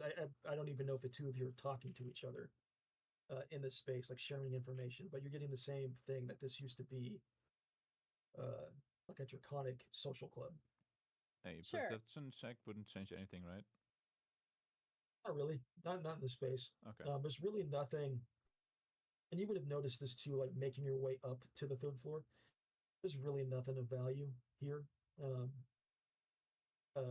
Anything that was of value was probably taken or moved out at some point in history. So you're left with just the remnants of stuff people didn't want. Okay. Well, I'm gonna wander then into this bathroom and bedroom and like rummage through the cabinets and see if I can find like a medicine Yeah. something or really Yeah. anything that could be of help. Yeah, so you open the door into the private bath. The private bath is there's a the privy, the toilet itself is actually outside of the room. It's actually right next door to where you are right now. But in here is uh, in this private bath is a elegant looking bathtub, like a big this is like a 3-person bathtub. It's huge. It's sitting right in front of that window on the right. Like you kind of, when you enter in that door, you kind of have to walk around it. It's just a big porcelain tub. It looks completely intact, other than it's very dirty and covered in cobwebs and needs a little bit of love. But other than that, it's very intact. It's sitting on kind of like 4 like little almost like talon-like feet that are kind of just hold it into the ground. And then the plumbing for it is all from the ceiling. So it's like some kind of like a raindrop type thing, but who knows if the plumbing works? Probably not. On the wall in the back, on the south side, is just a simple sink with a shelf above it. Again, everything covered in cobwebs, but looks like it's salvageable, basically. There's a fireplace in the room, a double-sided fireplace. So, like, if you light a fire in the master bedroom, it's also going to be felt in the bathroom. Making your way into the bedroom, there is a broken bed, kind of on the back wall. There is a wardrobe that is closed, kind of on the wall where the stairs are. But that appears to be it for what's in this room, a broken bed in this wardrobe. Does the bed look comfortable? Not really.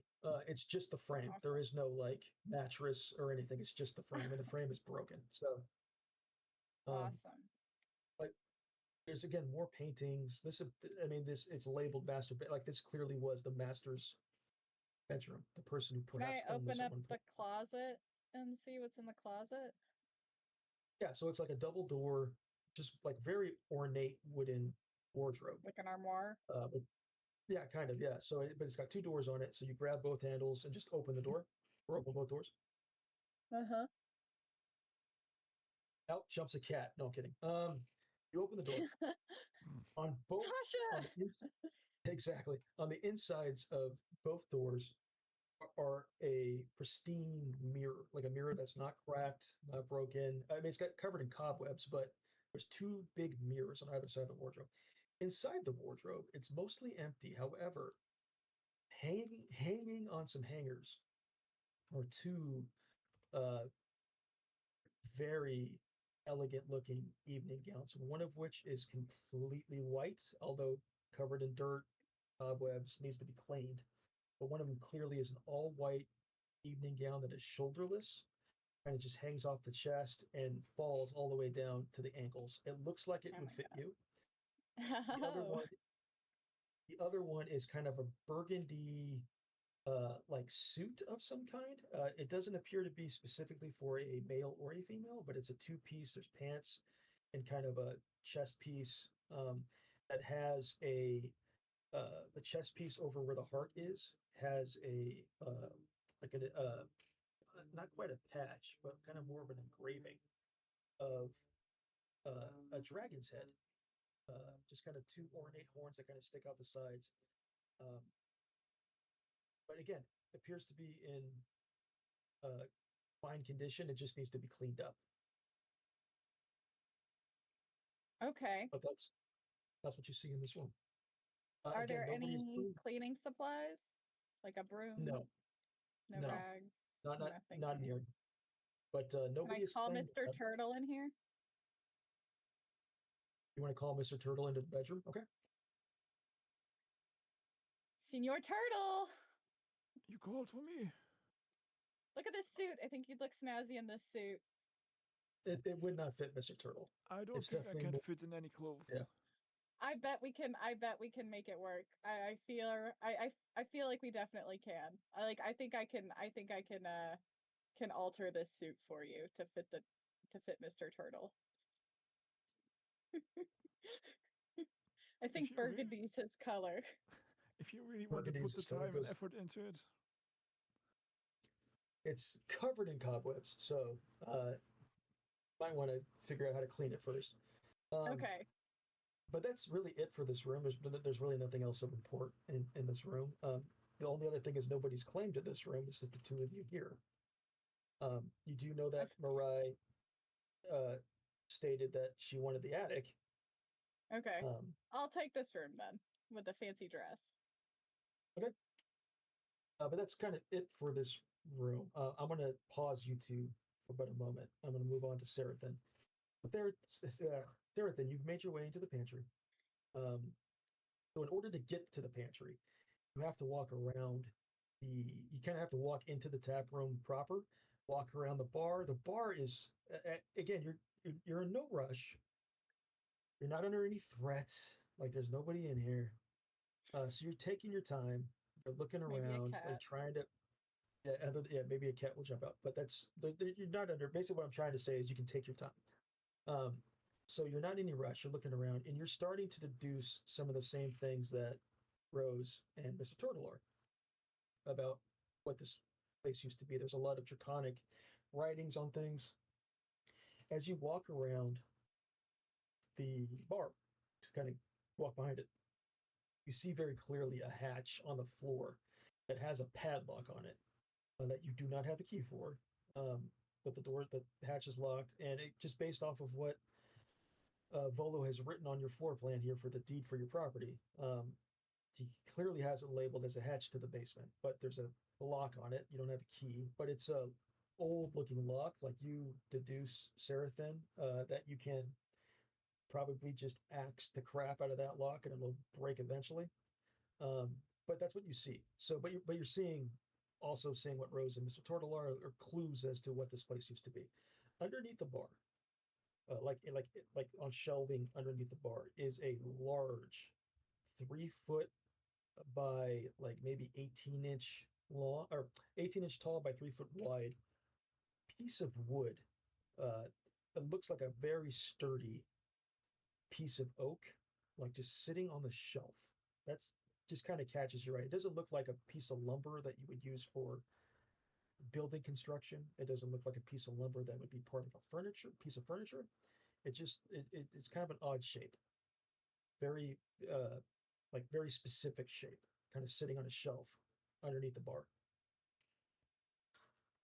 Can I like touch it and like run my fingers like over to see if there's like anything special about it? Do you have? I can't remember. Do you have dark vision? I do have dark vision, yes. Okay. Yeah. So the front door is open, so there is some light coming in, but kind of where it's angled, like it's dark um, underneath this bar. So you're using your dark vision to see. Uh, you're looking at the back side of you're like you're running your hands over it. You're looking at the back side of what appears to be some kind of sign or piece of a sign. Can I pull Right. it out of like out from under the bar and like put it on top of it to like maybe get a bit more light on it from the door? Yeah. And Absolutely. So like turn it around and like look at it more to see if there's like yeah. something on the sign, like if I can decipher anything that's on the sign, or is it also in Draconic? Yeah, it's so you pull this thing. It's a heavy piece of wood. It's smaller, but it's almost as heavy as that timber log bar that was on the door. That was significantly bigger than this sign piece is, but this sign is about as heavy. So yeah, you pull this thing out, you flip it over, and lay it down on top of the wooden bar. Um, it is written in common for the first time. Anything in this space you've seen, or anybody has seen, it's written in common, and it's got little hooks kind of on the top of it, like little metal, like rusted at this point, rusted metal hooks. So this clearly was a sign of some kind. Um, and it says simply in common, the Gilded Scale Society. The Gilded Scale Society. Yeah. Okay. And you do remember kind of when you were outside, there was, again, this building's kind of run down, but there was a signpost like coming off one of the walls near the entry that had like two hooks, rusty hooks in it. And this looks like, just eyeballing it, that this probably hung there. Um, Maybe even with a sigil of some kind, but this is the only remnant of that left. It's just the name of the place. Okay. So yeah, that's what that is. So other than that, there's really nothing else that kind of stands out. I mean, there's broken bottles, there's broken glassware, there's silverware on the floor. When you step away from the Gilded Scale Society sign to perhaps head towards the pantry, behind you, on the other side of the bar, you hear a as you swear one of those bar stools just moved. I'm gonna go back to the But you don't bar and like try to see if I can see like as if one of them moved from like the last time I like looked at them. as you make your way back, excuse me, make an investigation check. A 3. A 3? Okay. So it's hard to see, it's hard to tell, but man, you swear that this guy in the middle, right there, is sitting about 6 inches further away from the bar than you recall, but you don't have any way to prove that with a 3. Okay. Well, I kind of rest my hand on Thornbite and then walk backwards back into the pantry. And when I'm like passing like the threshold, I turn around, but like kind of keep my attention kind of behind me, but trying to just look in the pantry if there's anything, what I can see, what I can find, what's been left here. While like the whole time, kind of like still keeping like an ear and like some like attention on my backside. Yeah, you're just a little bit more alert, right? So you walk into the pantry and it's the same kind of thing. Like they're broken shelves. There's really no food. If there is food, it's just you don't want to touch it. Moldy.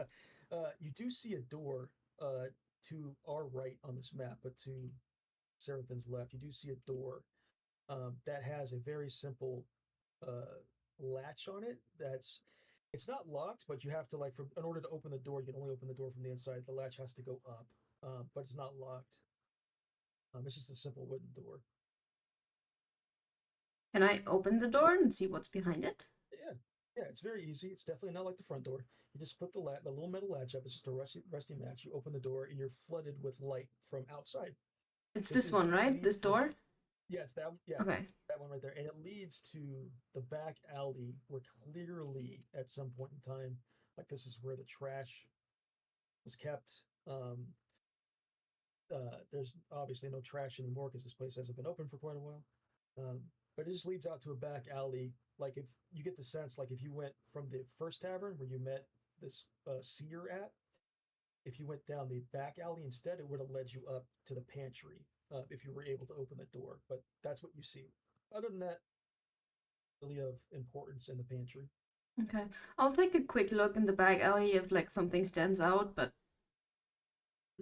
You do see sitting on just a pile of boxes. The boxes could be empty, but uh, who knows? You do see sitting on a top of pile of boxes, kind of sitting in the shade, sitting and like staring at you, is a very small, young, but very floofy white cat. I kind of crook my head to the side like how cats do, like when they're interested in something. And then I kind of crouch down and then I try to like call it over to me, but like, come here, kitty. Make a animal handling check. Oh, that's a 19. 19, very good. So this cat like just gently jumps down. It's about a 6 foot drop from the top of the box it's sitting on onto the alley street, onto the cobblestones. Drops down, kind of just saunters over in your direction. And it's only about 2 steps that lead down from the door you're at down to the alley. It's about two kind of just fractured, broken wooden steps. So uh, not too far down to the alley. The cat sits at the foot of it and looks up at you. Kind of cocks its head as well. The cat opens its mouth, doesn't move the mouth in any way, just the mouth is just open. You can see the tongue, the teeth. And out of the mouth comes a very gentle voice. Interested in joining the Emerald Enclave?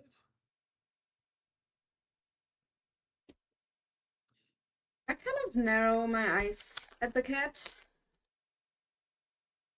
And I'm like, the what? The Emerald Enclave. You've never heard of the Emerald Enclave? I don't think I have. Oh, well, we're a group of druids, rangers, clerics. And again, the cat's mouth is just like it's not moving. The mouth is just open, and the words are just coming out. Um, we're particularly interested in protecting nature, particularly around Waterdeep, because I mean, look around. This place is disgusting. There's no trees anywhere. Um, and the cat says, if you're interested in joining the Emerald Enclave and helping us fight the good fight, meet us at, I cannot pronounce this, so I'm going to copy and paste this in our general chat. Come and meet us at, I think it's Falconmere, basically in the southern ward of the city. I'm going to copy and paste this in the chat because I cannot pronounce that. This cat says, meet if you're interested in joining the Emerald Enclave and fighting the good fight for nature. Meet us here anytime you want. We have a guild there.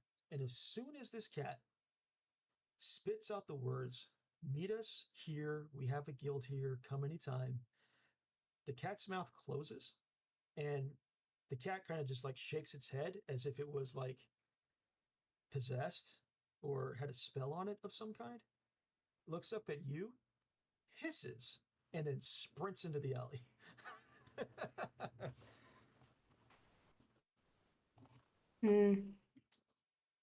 Okay. I guess I kind of like just like look behind it and then be like, bye kitty. And then I try to find something to like keep the door propped open so like I can have like the light come into the pantry and like some fresh air because it's very dusty in here. That And wouldn't be too. You can find a broken piece of wood, something to prop the door open. It's not that wouldn't be too hard. and then So the door's open, lights in. I want to go towards the kitchen and see if I can find anything there. as you pass through that threshold from the pantry into the kitchen, again, you hear like a creaking noise as if somebody's walking up the stairs. And if you like do a quick snap, like turn back in the direction of the stairs in the upper right, there's nobody there. It just sounded like a creak of stairs. Um, in the kitchen, same kind of thing, just broken everything. There's clearly uh, some workbenches for servers, or not servers, for cooks and chefs to make food. There is a massive, like the thing that stands out the most to you is there's a massive, like cooking cauldron in the lower right hand corner, like kind of where that fireplace is. I mean, the fireplace is the heat that would heat the cauldron up. It's huge. Like you yourself can climb into this cauldron. It's that big. So clearly, this was used for a lot of stews, a lot of soups, a lot of big meals were prepped in this cauldron. There's another door, and just you don't have to open this door, but just intuition. This is clearly some kind of service entry from the kitchen to the back to an alley. But other than that, this kitchen is destroyed. Like there's no like if there you might be able to salvage a plate or two. You might be able to salvage some cooking equipment, but for the most part, the place is trashed.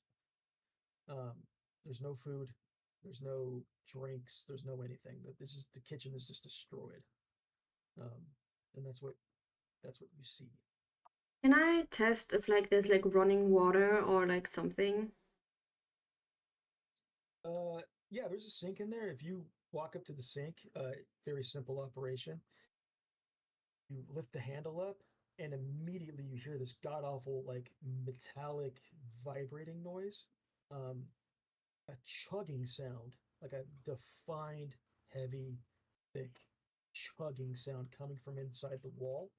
And this black brown goo kind of like starts to drip out of a faucet. Slowly at first, it stinks. It smells rancid, stinky. Slowly at first, and then it gets a little bit faster, and a little bit uh, like less viscous and more liquidy. A little faster, a little faster, a little faster, a little faster, and then it turns from sludge into a liquid, still brown, but clearly like water coming out. And this goes on for maybe 40 seconds or so because the sink is filling up. There's clearly a drain down there, but the drain might be blocked or clogged somehow, and the water is just kind of filling up. But as it's doing it, the water coming out of the pipe is starting to become clear. Um, but at this point, the water level's starting to rise up to the top of the sink, and you may want to think about closing the faucet. Yeah, I'm closing the faucet. Okay, but at that point, water has come out. If it's safe to drink, who knows? But at least it's not sludge. The bigger issue now is that there's clearly a drainage problem. Um, I'm going to pause there. I'm going to move over to Mirai. So, Mirai, you've made your way up 4 flights of stairs, and you're quite athletic, so not a big deal. Hmm. You've made your way up 4 flights of stairs. On your left is and again, you've got a map, so it's not like, or you have a floor plan, so it's not like a big mystery. On your left clearly has been something marked a bedroom, and on the right is something clearly marked storage. Yeah, I'm gonna go to the bedroom first. Okay, you open the Uh, door. It's a very um I don't want to say cramped, but it's small. There's a simple fireplace on the wall. There's a couple of windows that there's a couple of windows that have shades drawn. This is like the only like legitimate fabric in the entire place so far that anybody's found. If you were to draw the blinds back or draw the shades back, the fabric shades back, it lets a bunch of light in and then a violent blast of dust from you just moving these curtains. Um, and light floods into the bedroom. So you've got this fireplace on the back wall. Uh, Clearly, there's a spot on the right side for a bed, a small bed, but a bed nonetheless. There's no bed there now. And then there's a dresser, a small dresser, kind of on the far left wall. That the drawers, like one drawer is missing, one of the drawers is pulled out completely. What clothes are in there are just tattered, torn.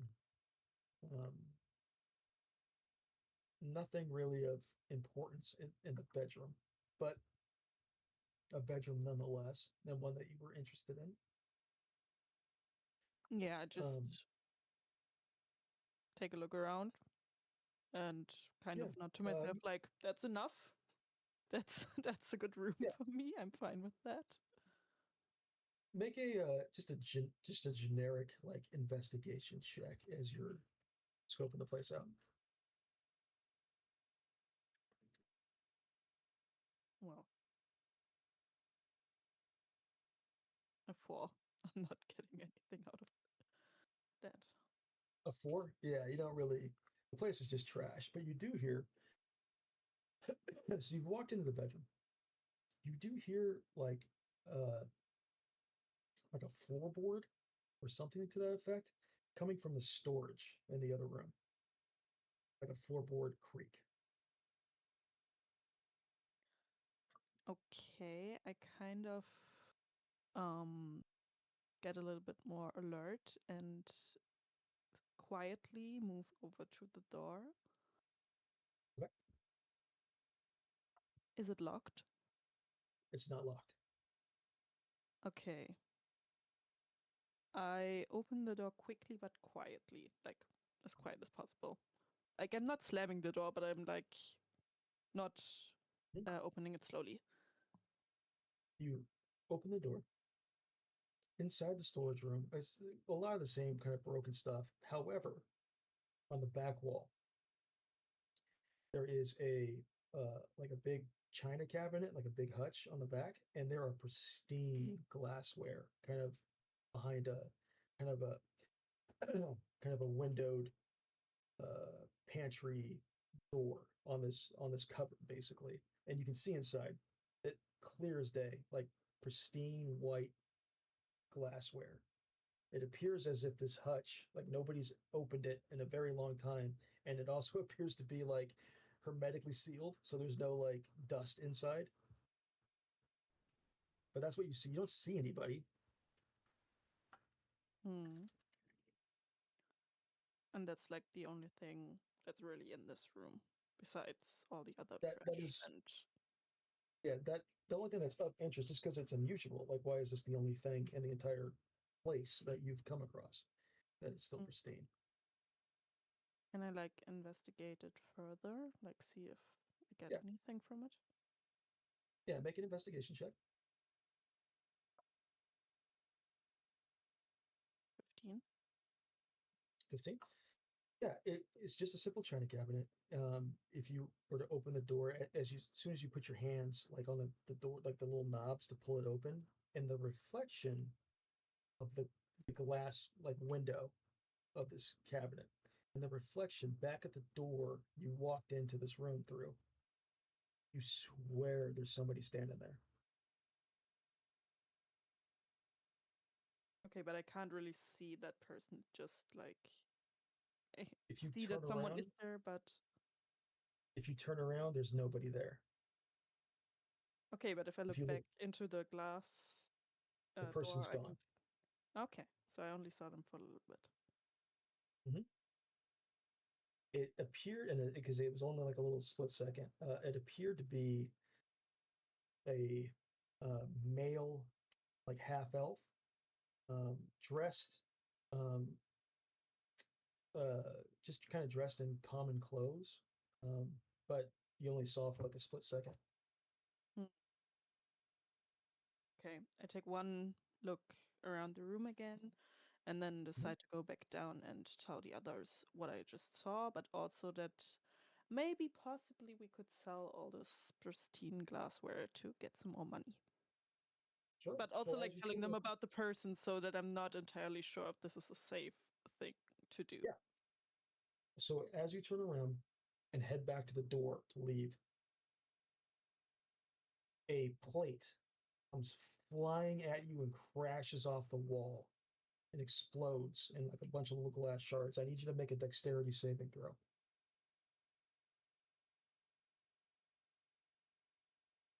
5. 5. You're going to take 2 points of piercing damage as glass shards have like crashed across your face after breaking on the wall. If you turn back around to look at that china cabinet, the doors are open. Nobody's there. The rest of you. Okay. What, did you want to do something else? Well, I was gonna say I'm not moving another inch and just yell for everyone else to come up, but Okay, good. Perfect. Perfect. So everybody else, you hear two things in quick succession. First thing because it's really quiet in here. Other than Sarathan, maybe because you're so far away, plus you also have a door open, maybe it's a little harder to hear this, but you hear it nonetheless. Rose and Mr. Turtle, you absolutely hear this. On the upper floor, you hear a definite sound of like glass breaking, followed by 2 seconds later of Mirai screaming for help.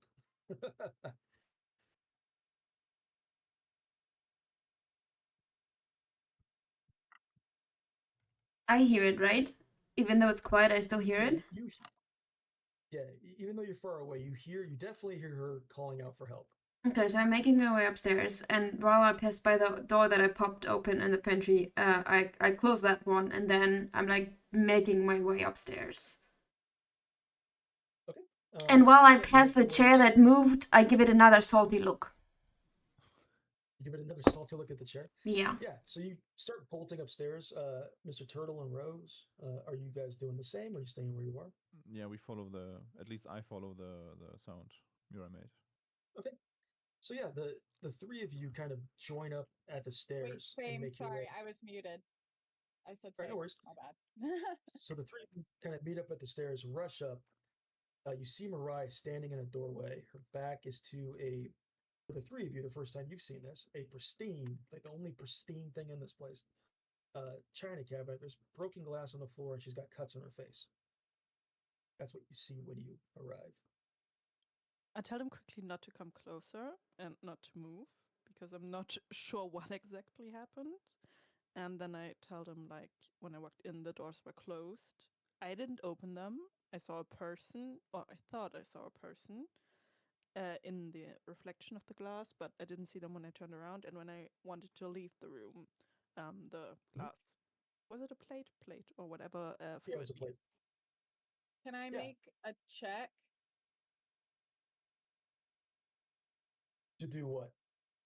to like figure out what she saw supposedly that may or may not still be there?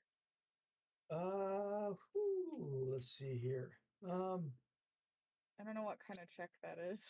I would have It'll just be. walked up. I'll let you make your choice, either an Arcana check or a History check. An Arcana for sure. That's like my jam. Well, before you do, the Okay. reason why I say that is that they're going to be two. If you succeed on one or the other, they're going to be two very different bits of information. One is going to be historical in nature, and the other one might be more magic in nature. So it's a question of what type of information do you want. Am I allowed to get both kinds eventually? Can I roll for both? You can roll for one now, and we'll see what happens. So Okay, I would say I'm gonna go with my Arcana for now. It's my highest, so at least I'll know I'll get something probably, hopefully. Let me knock on some wood real quick. Okay. Okay, awesome, fantastic. Wait, did you say knock on wood real quick? Yeah. You've not heard 24. that? Okay. Have No, you I've not heard that. heard that before? Oh, I've heard it. I just haven't heard it before a dice roll in a D&D game. Right, so you very successful check based off of the information. It's because I knocked on the wood. Because you knocked on wood. Based on the information that Mariah is telling you, based on the environmental clues of broken glass, the environmental clues of kind of what this place looks like, and the environmental clues of the kind of young kids out front trying to peek through windows, the adults staying across the street. Like one and one is coming together, and you're getting the sense that this place is haunted. I called that shit. So, who haunted by whom? Who knows? Mariah has given you like a basic, like I think I saw like a small half elf, but she didn't get a great look. It's at that point, the four of you up in the attic on the Yeah. At that point, the four of you on the upper level, music is starting to play from a piano, from horns, from a violin, coming back, definitely coming from below on one of the lower levels. There's defined not quite, how do I explain this? Man, how do I explain musical history set in D&D? Not like modern like bar music would be like if you were to walk into the Yawning Portal Tavern, which you guys were in earlier. Not like bard You're telling me music. Bad Just Bunny's not playing? no, definitely not Bad Bunny. But it sounds a little bit more refined. It sounds a little bit more like an ensemble piece. Uh, it sounds older, but it's definitely loud, and it's coming from a lower level. Beethoven's haunting this bitch. Beethoven's haunting this bitch. Yeah, Can what do you guys want to do? can I do a history check now? Am I allowed? You can do a history check on the music. That's fine. I don't know. Like, what's weird about this is that, like, she saw supposedly what seemed like a half elf, but this place is what, draconian or whatever. So, like, what Yeah. the hell is a half elf? Did like the dragons eat this little half elf? Like, what's happening? Yeah, you can do. Maybe he You was can the absolutely do a history. Maybe it was the what host? Is that what you said? housekeeper. Oh, housekeeper. Oh, like a Dobby situation? Yes. Like, give Dobby a sock? Yes. Okay. So they So- killed their little housekeeper? I don't know. Also, why is he terrorizing Mirai specifically? He just scared Sarathan, but he's terrorizing Mirai. What did you do to him? Nothing. Maybe I just stepped into his room. What do I know? So Wait, you so- can make a history check on the music, but that's the only check. That's not super helpful, is it? Oh, why don't you try going downstairs and see what the commotion is?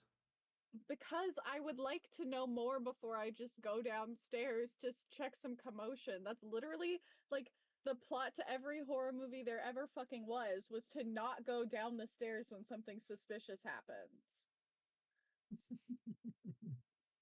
Okay, I'm gonna do the history check anyway. Okay. 20. Yeah, so this music sounds like it's from a several generations old, like say the equivalent of like 100 years old. It'd be like listening to like swing music from the 1930s for us, or 1920s from us. Um, yeah, so the kind of music that's just not played anymore, but you would know of it. Um, yeah, Alright. so Okay. that's what That was useless. what you said. Alright. Mhm. That's fair. Okay. Alright. What are you guys doing? Okay, I'm not before the turtle decides to knock on the fucking door. I stop him from knocking on the door. And I go down into the basement to check what's happening. Carefully, So you're quietly. you're on the fourth level. You want to venture all the way down to the basement. Isn't that where you said the sound was coming from? I said it was coming from a lower level. I didn't say it was coming from the basement. Oh, okay. So let's check this one by one. I just assumed the basement. So let's go back down to the second floor because I'm on the third floor in the Well, common room. you're on the fourth floor. I am? Yeah, This map the says fourth. third floor. Well, no, you guys were all up in the attic. That's Oh, where. nobody moved That's my where. ass. Okay, thanks, guys. All right. Okay. So let's go down to I'm going to go down to the third floor and I'm just going to take it floor by floor. If anybody feels like Right. following, they can. Yeah, I so was that's just gonna, wherever Mirai saw the halfling, I wanted to check that out. yeah. So you're in that room. The four of you were like before everybody moved. The four of you were in that room. Yeah. There's no halfling in here. There's no remnants of a halfling in here. Uh, where that person was standing, according to Mirai, there's no footsteps. All that's in here is this pristine, like china cabinet with uh, uh, glass plates, glassware in it that is Has no dust on it whatsoever. It's like pristine dinnerware. Okay, so there's nothing in here except for the glassware stuff. Nothing Okay. in here. Then I'm gonna go follow the other ones. Okay. So as the four of you, I'm assuming Rose is kind of leading the way here. As the four of you make your way downstairs, I need all four of you to give me.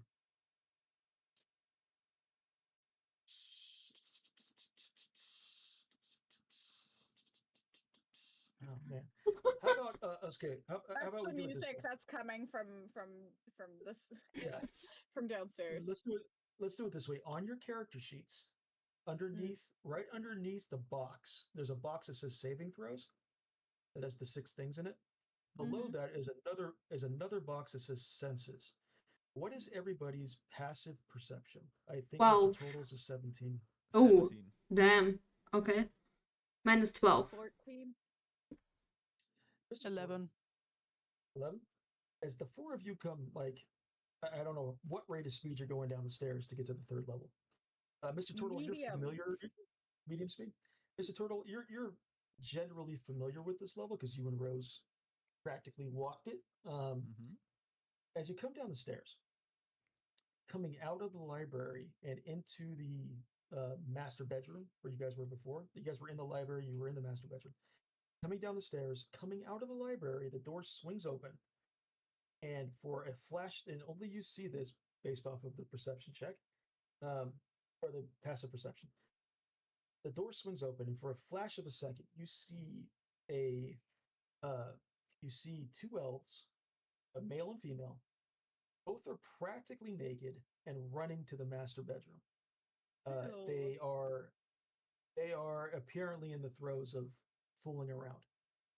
And then you see that for like a half a second, like flash, and then the door is suddenly closed. Like the door was never open to begin with. But you're still hearing this music coming from a lower level. I'm getting a new mattress. Well, there was no mattress. It was just the wood frame. That's so weird. Okay, I'm adding a black light to the grocery list, guys. I want this place looking spotless. Okay, so I didn't see that with my 14. Nope. Okay, does the turtle tell us? Senior Turtle, did you tell us? Yes, of course. Okay, fantastic. Okay, so we all know of the naked little guys running around. Well, not little. These were full like elves. These were the with a 17. Yeah, I mean these were just people. But yeah, Oh, okay. music is still playing from the lower level. I am also an elf, but I cannot. No, I'm not. I'm a Gensai. Okay. I'm a half elf. Can you turn invisible? What the fuck? No. I don't think I can. That would be news to me. What the fuck is happening? That would be terrifying, to be honest. So are they ghosts? Like, what is happening here? They could be mirror images of the past. That's so specific too. Are we like talking? Is this like an extra, dimensional? Because of what you just said, Sarah, Yeah. make a history check. Oh shit. 19. 19. 19. So, based off of what Mariah's told you just a moment ago in the attic, based off of what Mr. Tortle has told you just a moment ago, you get the sense you're getting glimpses of history happening in this place. People that once were, places that once were, music that once was, food that once was. You're seeing, like, just for some reason, you get the sense you're seeing glimpses. Nothing that would put you in danger. You don't get the sense of anything that put you in danger. Just like it's almost as if you're stepping through time. Does Catholicism exist in this world? Can we call a priest to exorcise this nonsense? There are priests and clerics. There's no Catholicism, but there are priests and clerics. But the music is still playing. Maybe we need to hire somebody. Wait. Is anybody? Nobody's a cleric. Do we? He's a wizard. Can we like hear where the music is coming from? Is It's it? coming from a lower level. You're on the 3rd floor. So it's not on this. It's still a lower level than the 3rd floor. Still a lower level. Blah. Okay, then. Down So yeah, we go. you descended down into the In the common room. hall. You guys are moving too fast. You descended down into the common room. Oh shit! I was sorry, right the first time. My bad. No. You were right. I was wrong. My fault. You descended down into the hall, so I was wrong the first time. You descended down into the hall. You got to go into the common room in order to get to the set of stairs that goes down to the first level. So I had it backwards the first time. My fault. So you've descended down into the Great Hall. When you make your way down there, again, now all 4 of you are seeing this. The music's getting a little bit louder, but still on a lower level. But you're hearing the music's getting louder. You see, all 4 of you see a flash. There are young couples, elves, humans, dragonborn, tieflings, halflings, gnomes. You're seeing flashes of young people at some point in time. They're dressed in kind of older apparel from a bygone generation, dancing, talking, laughing, drinking, eating, having a good time, but just flashes of things. There's one couple right under the stairs, a couple of young dragonborn who are making out under the stairs. Oh my And then god! those Did we like flashes, walk into a college dorm? What the fuck?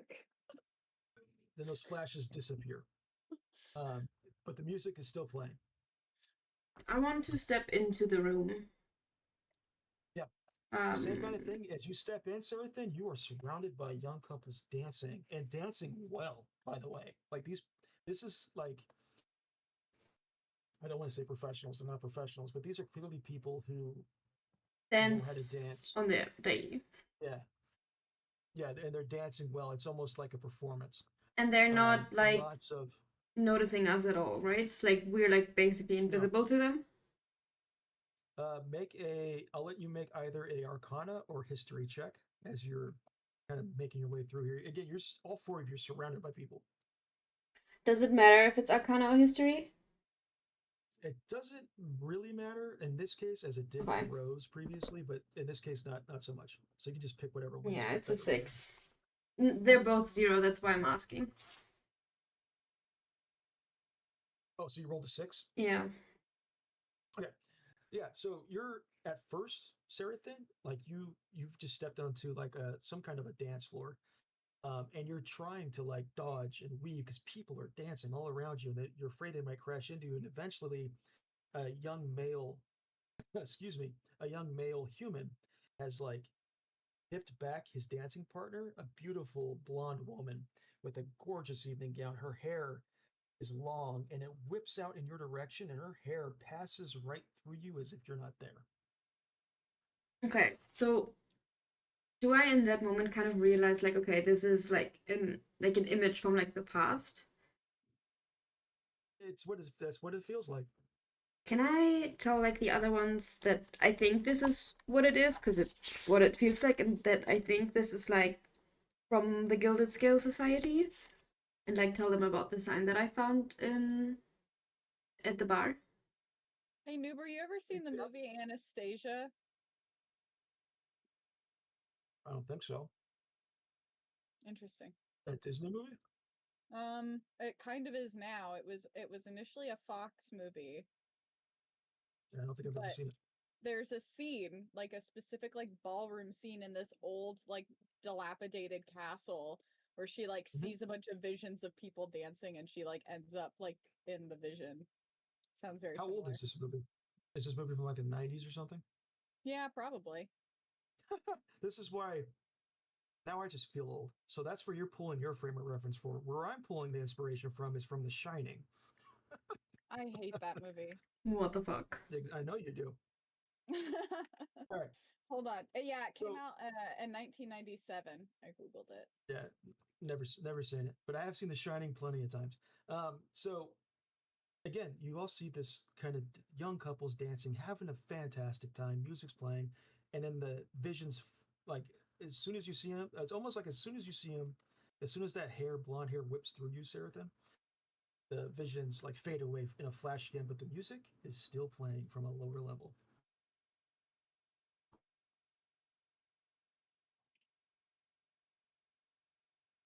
Wait, it's even lower? Like, it's not even on... The music is not coming from the second floor? Oh, it sounds like it's coming from the first floor now. Well, then I guess I'm going there. So you make your way down the stairs. I assume everybody follows. Yeah. As you're coming down the stairs, again, another flash. Young couples running upstairs. Once again, Mr. Tortle, a familiar sight. You see a couple, excuse me.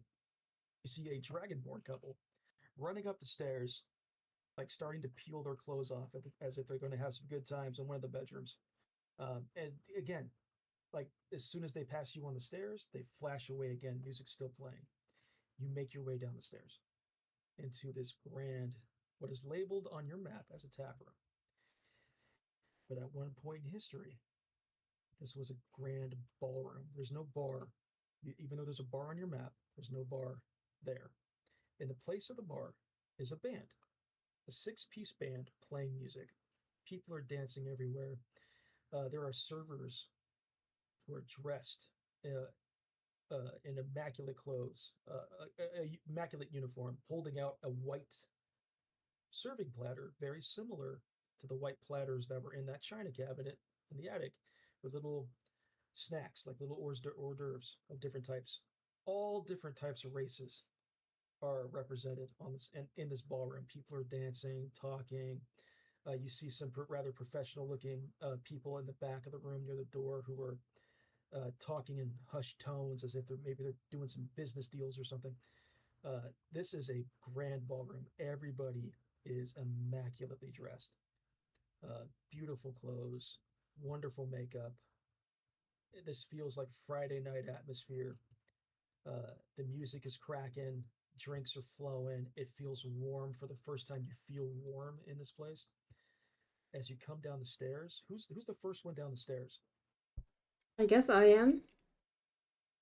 Sarathan, as you're coming down the stairs, as you get to like that last step, there's got to be easily 150 people in this room. As you get on that last step, you can feel and you can hear that crack, that familiar creak in the stairs that you heard when you were down here the first time. As you do, all 150 people turn to look at you. The music stops. The talking stops. The footsteps from dancing stops. Everybody stops and is staring at you. They all fade away, slowly at first, and then in a flash they're gone, except for one. Back behind the bar that has now been revealed as this vision of a grand ballroom has faded away back to a dilapidated tap room, that broken bar with the sign where you left it. Behind the bar is a ghost of a half-elf male, awry very similar to what you saw upstairs in the attic, who's standing there behind the bar, dressed in a kind of a server's attire. He's got a glass in one hand, he's got a towel in the other hand, and he's just like wiping it down. And he says, looks up at you, the four of you, says, "Last call." And then that's where we'll end the session for today. No. It's time already. Could we play longer? I know. I'm a little hooked. This happened. 4 hours is not enough. Somehow it's not.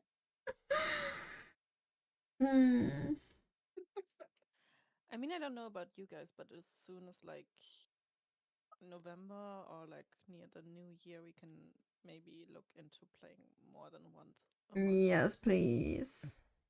I can probably swing that. Yeah, we'll just like talk about it and like make polls in the Yeah. Discord. I mean, it doesn't like have we to be used to. like every month, but maybe one we can do two times, and then the next one only one, and yeah, see how it goes. I mean, we need to hurry because I don't know how my availability will be next year. True. Oh. But yeah, thank you so much for today, Nuber. It was fun as always. Thank you. Thank you. Yeah, absolutely. Yeah, we'll figure out what's going on in the next session. What is the next day? I don't Is think it the we. first? Yeah, Is what? it's Saturday the first. Yeah,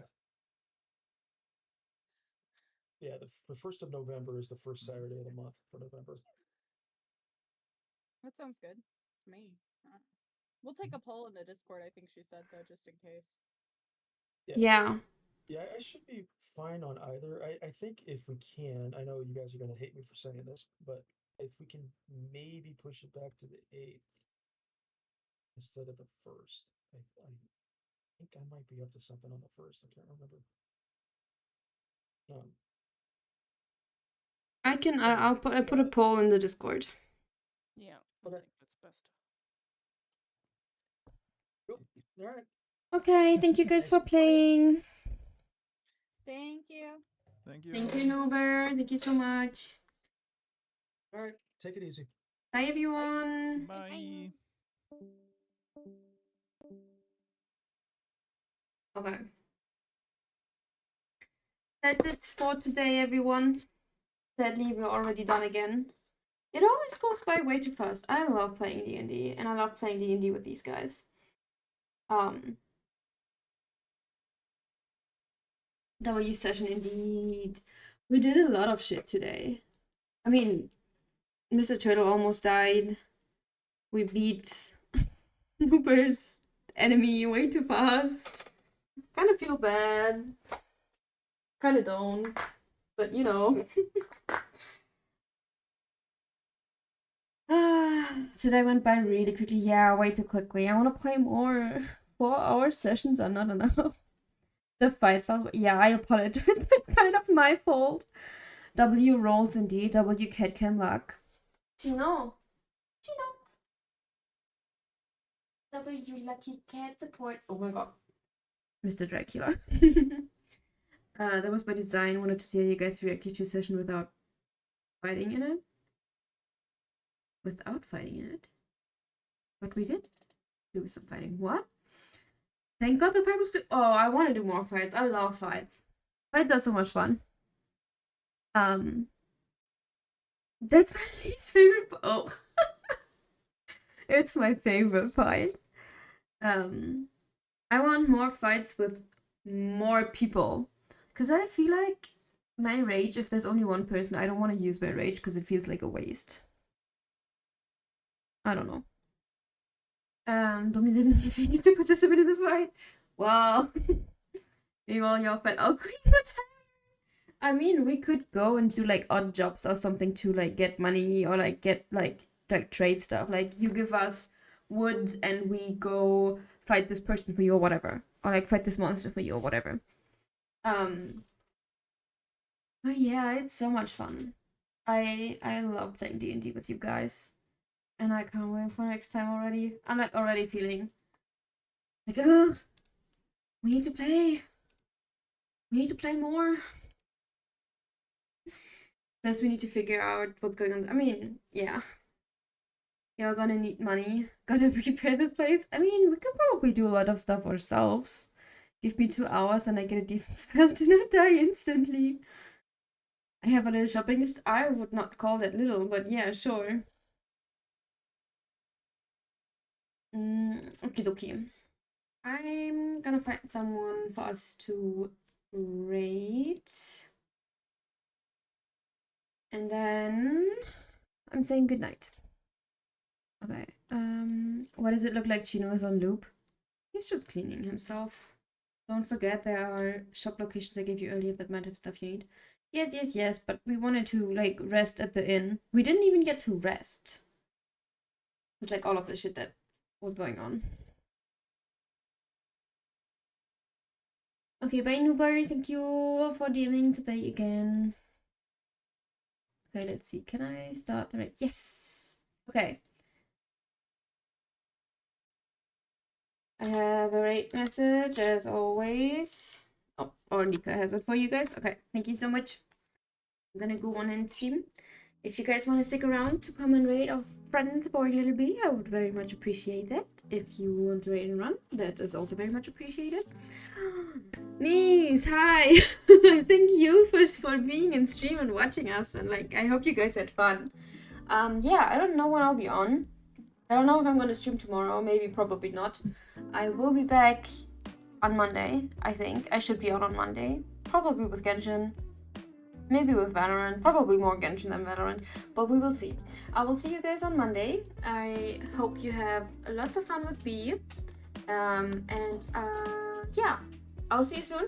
Until then, stay cozy, stay wild, and bye-bye!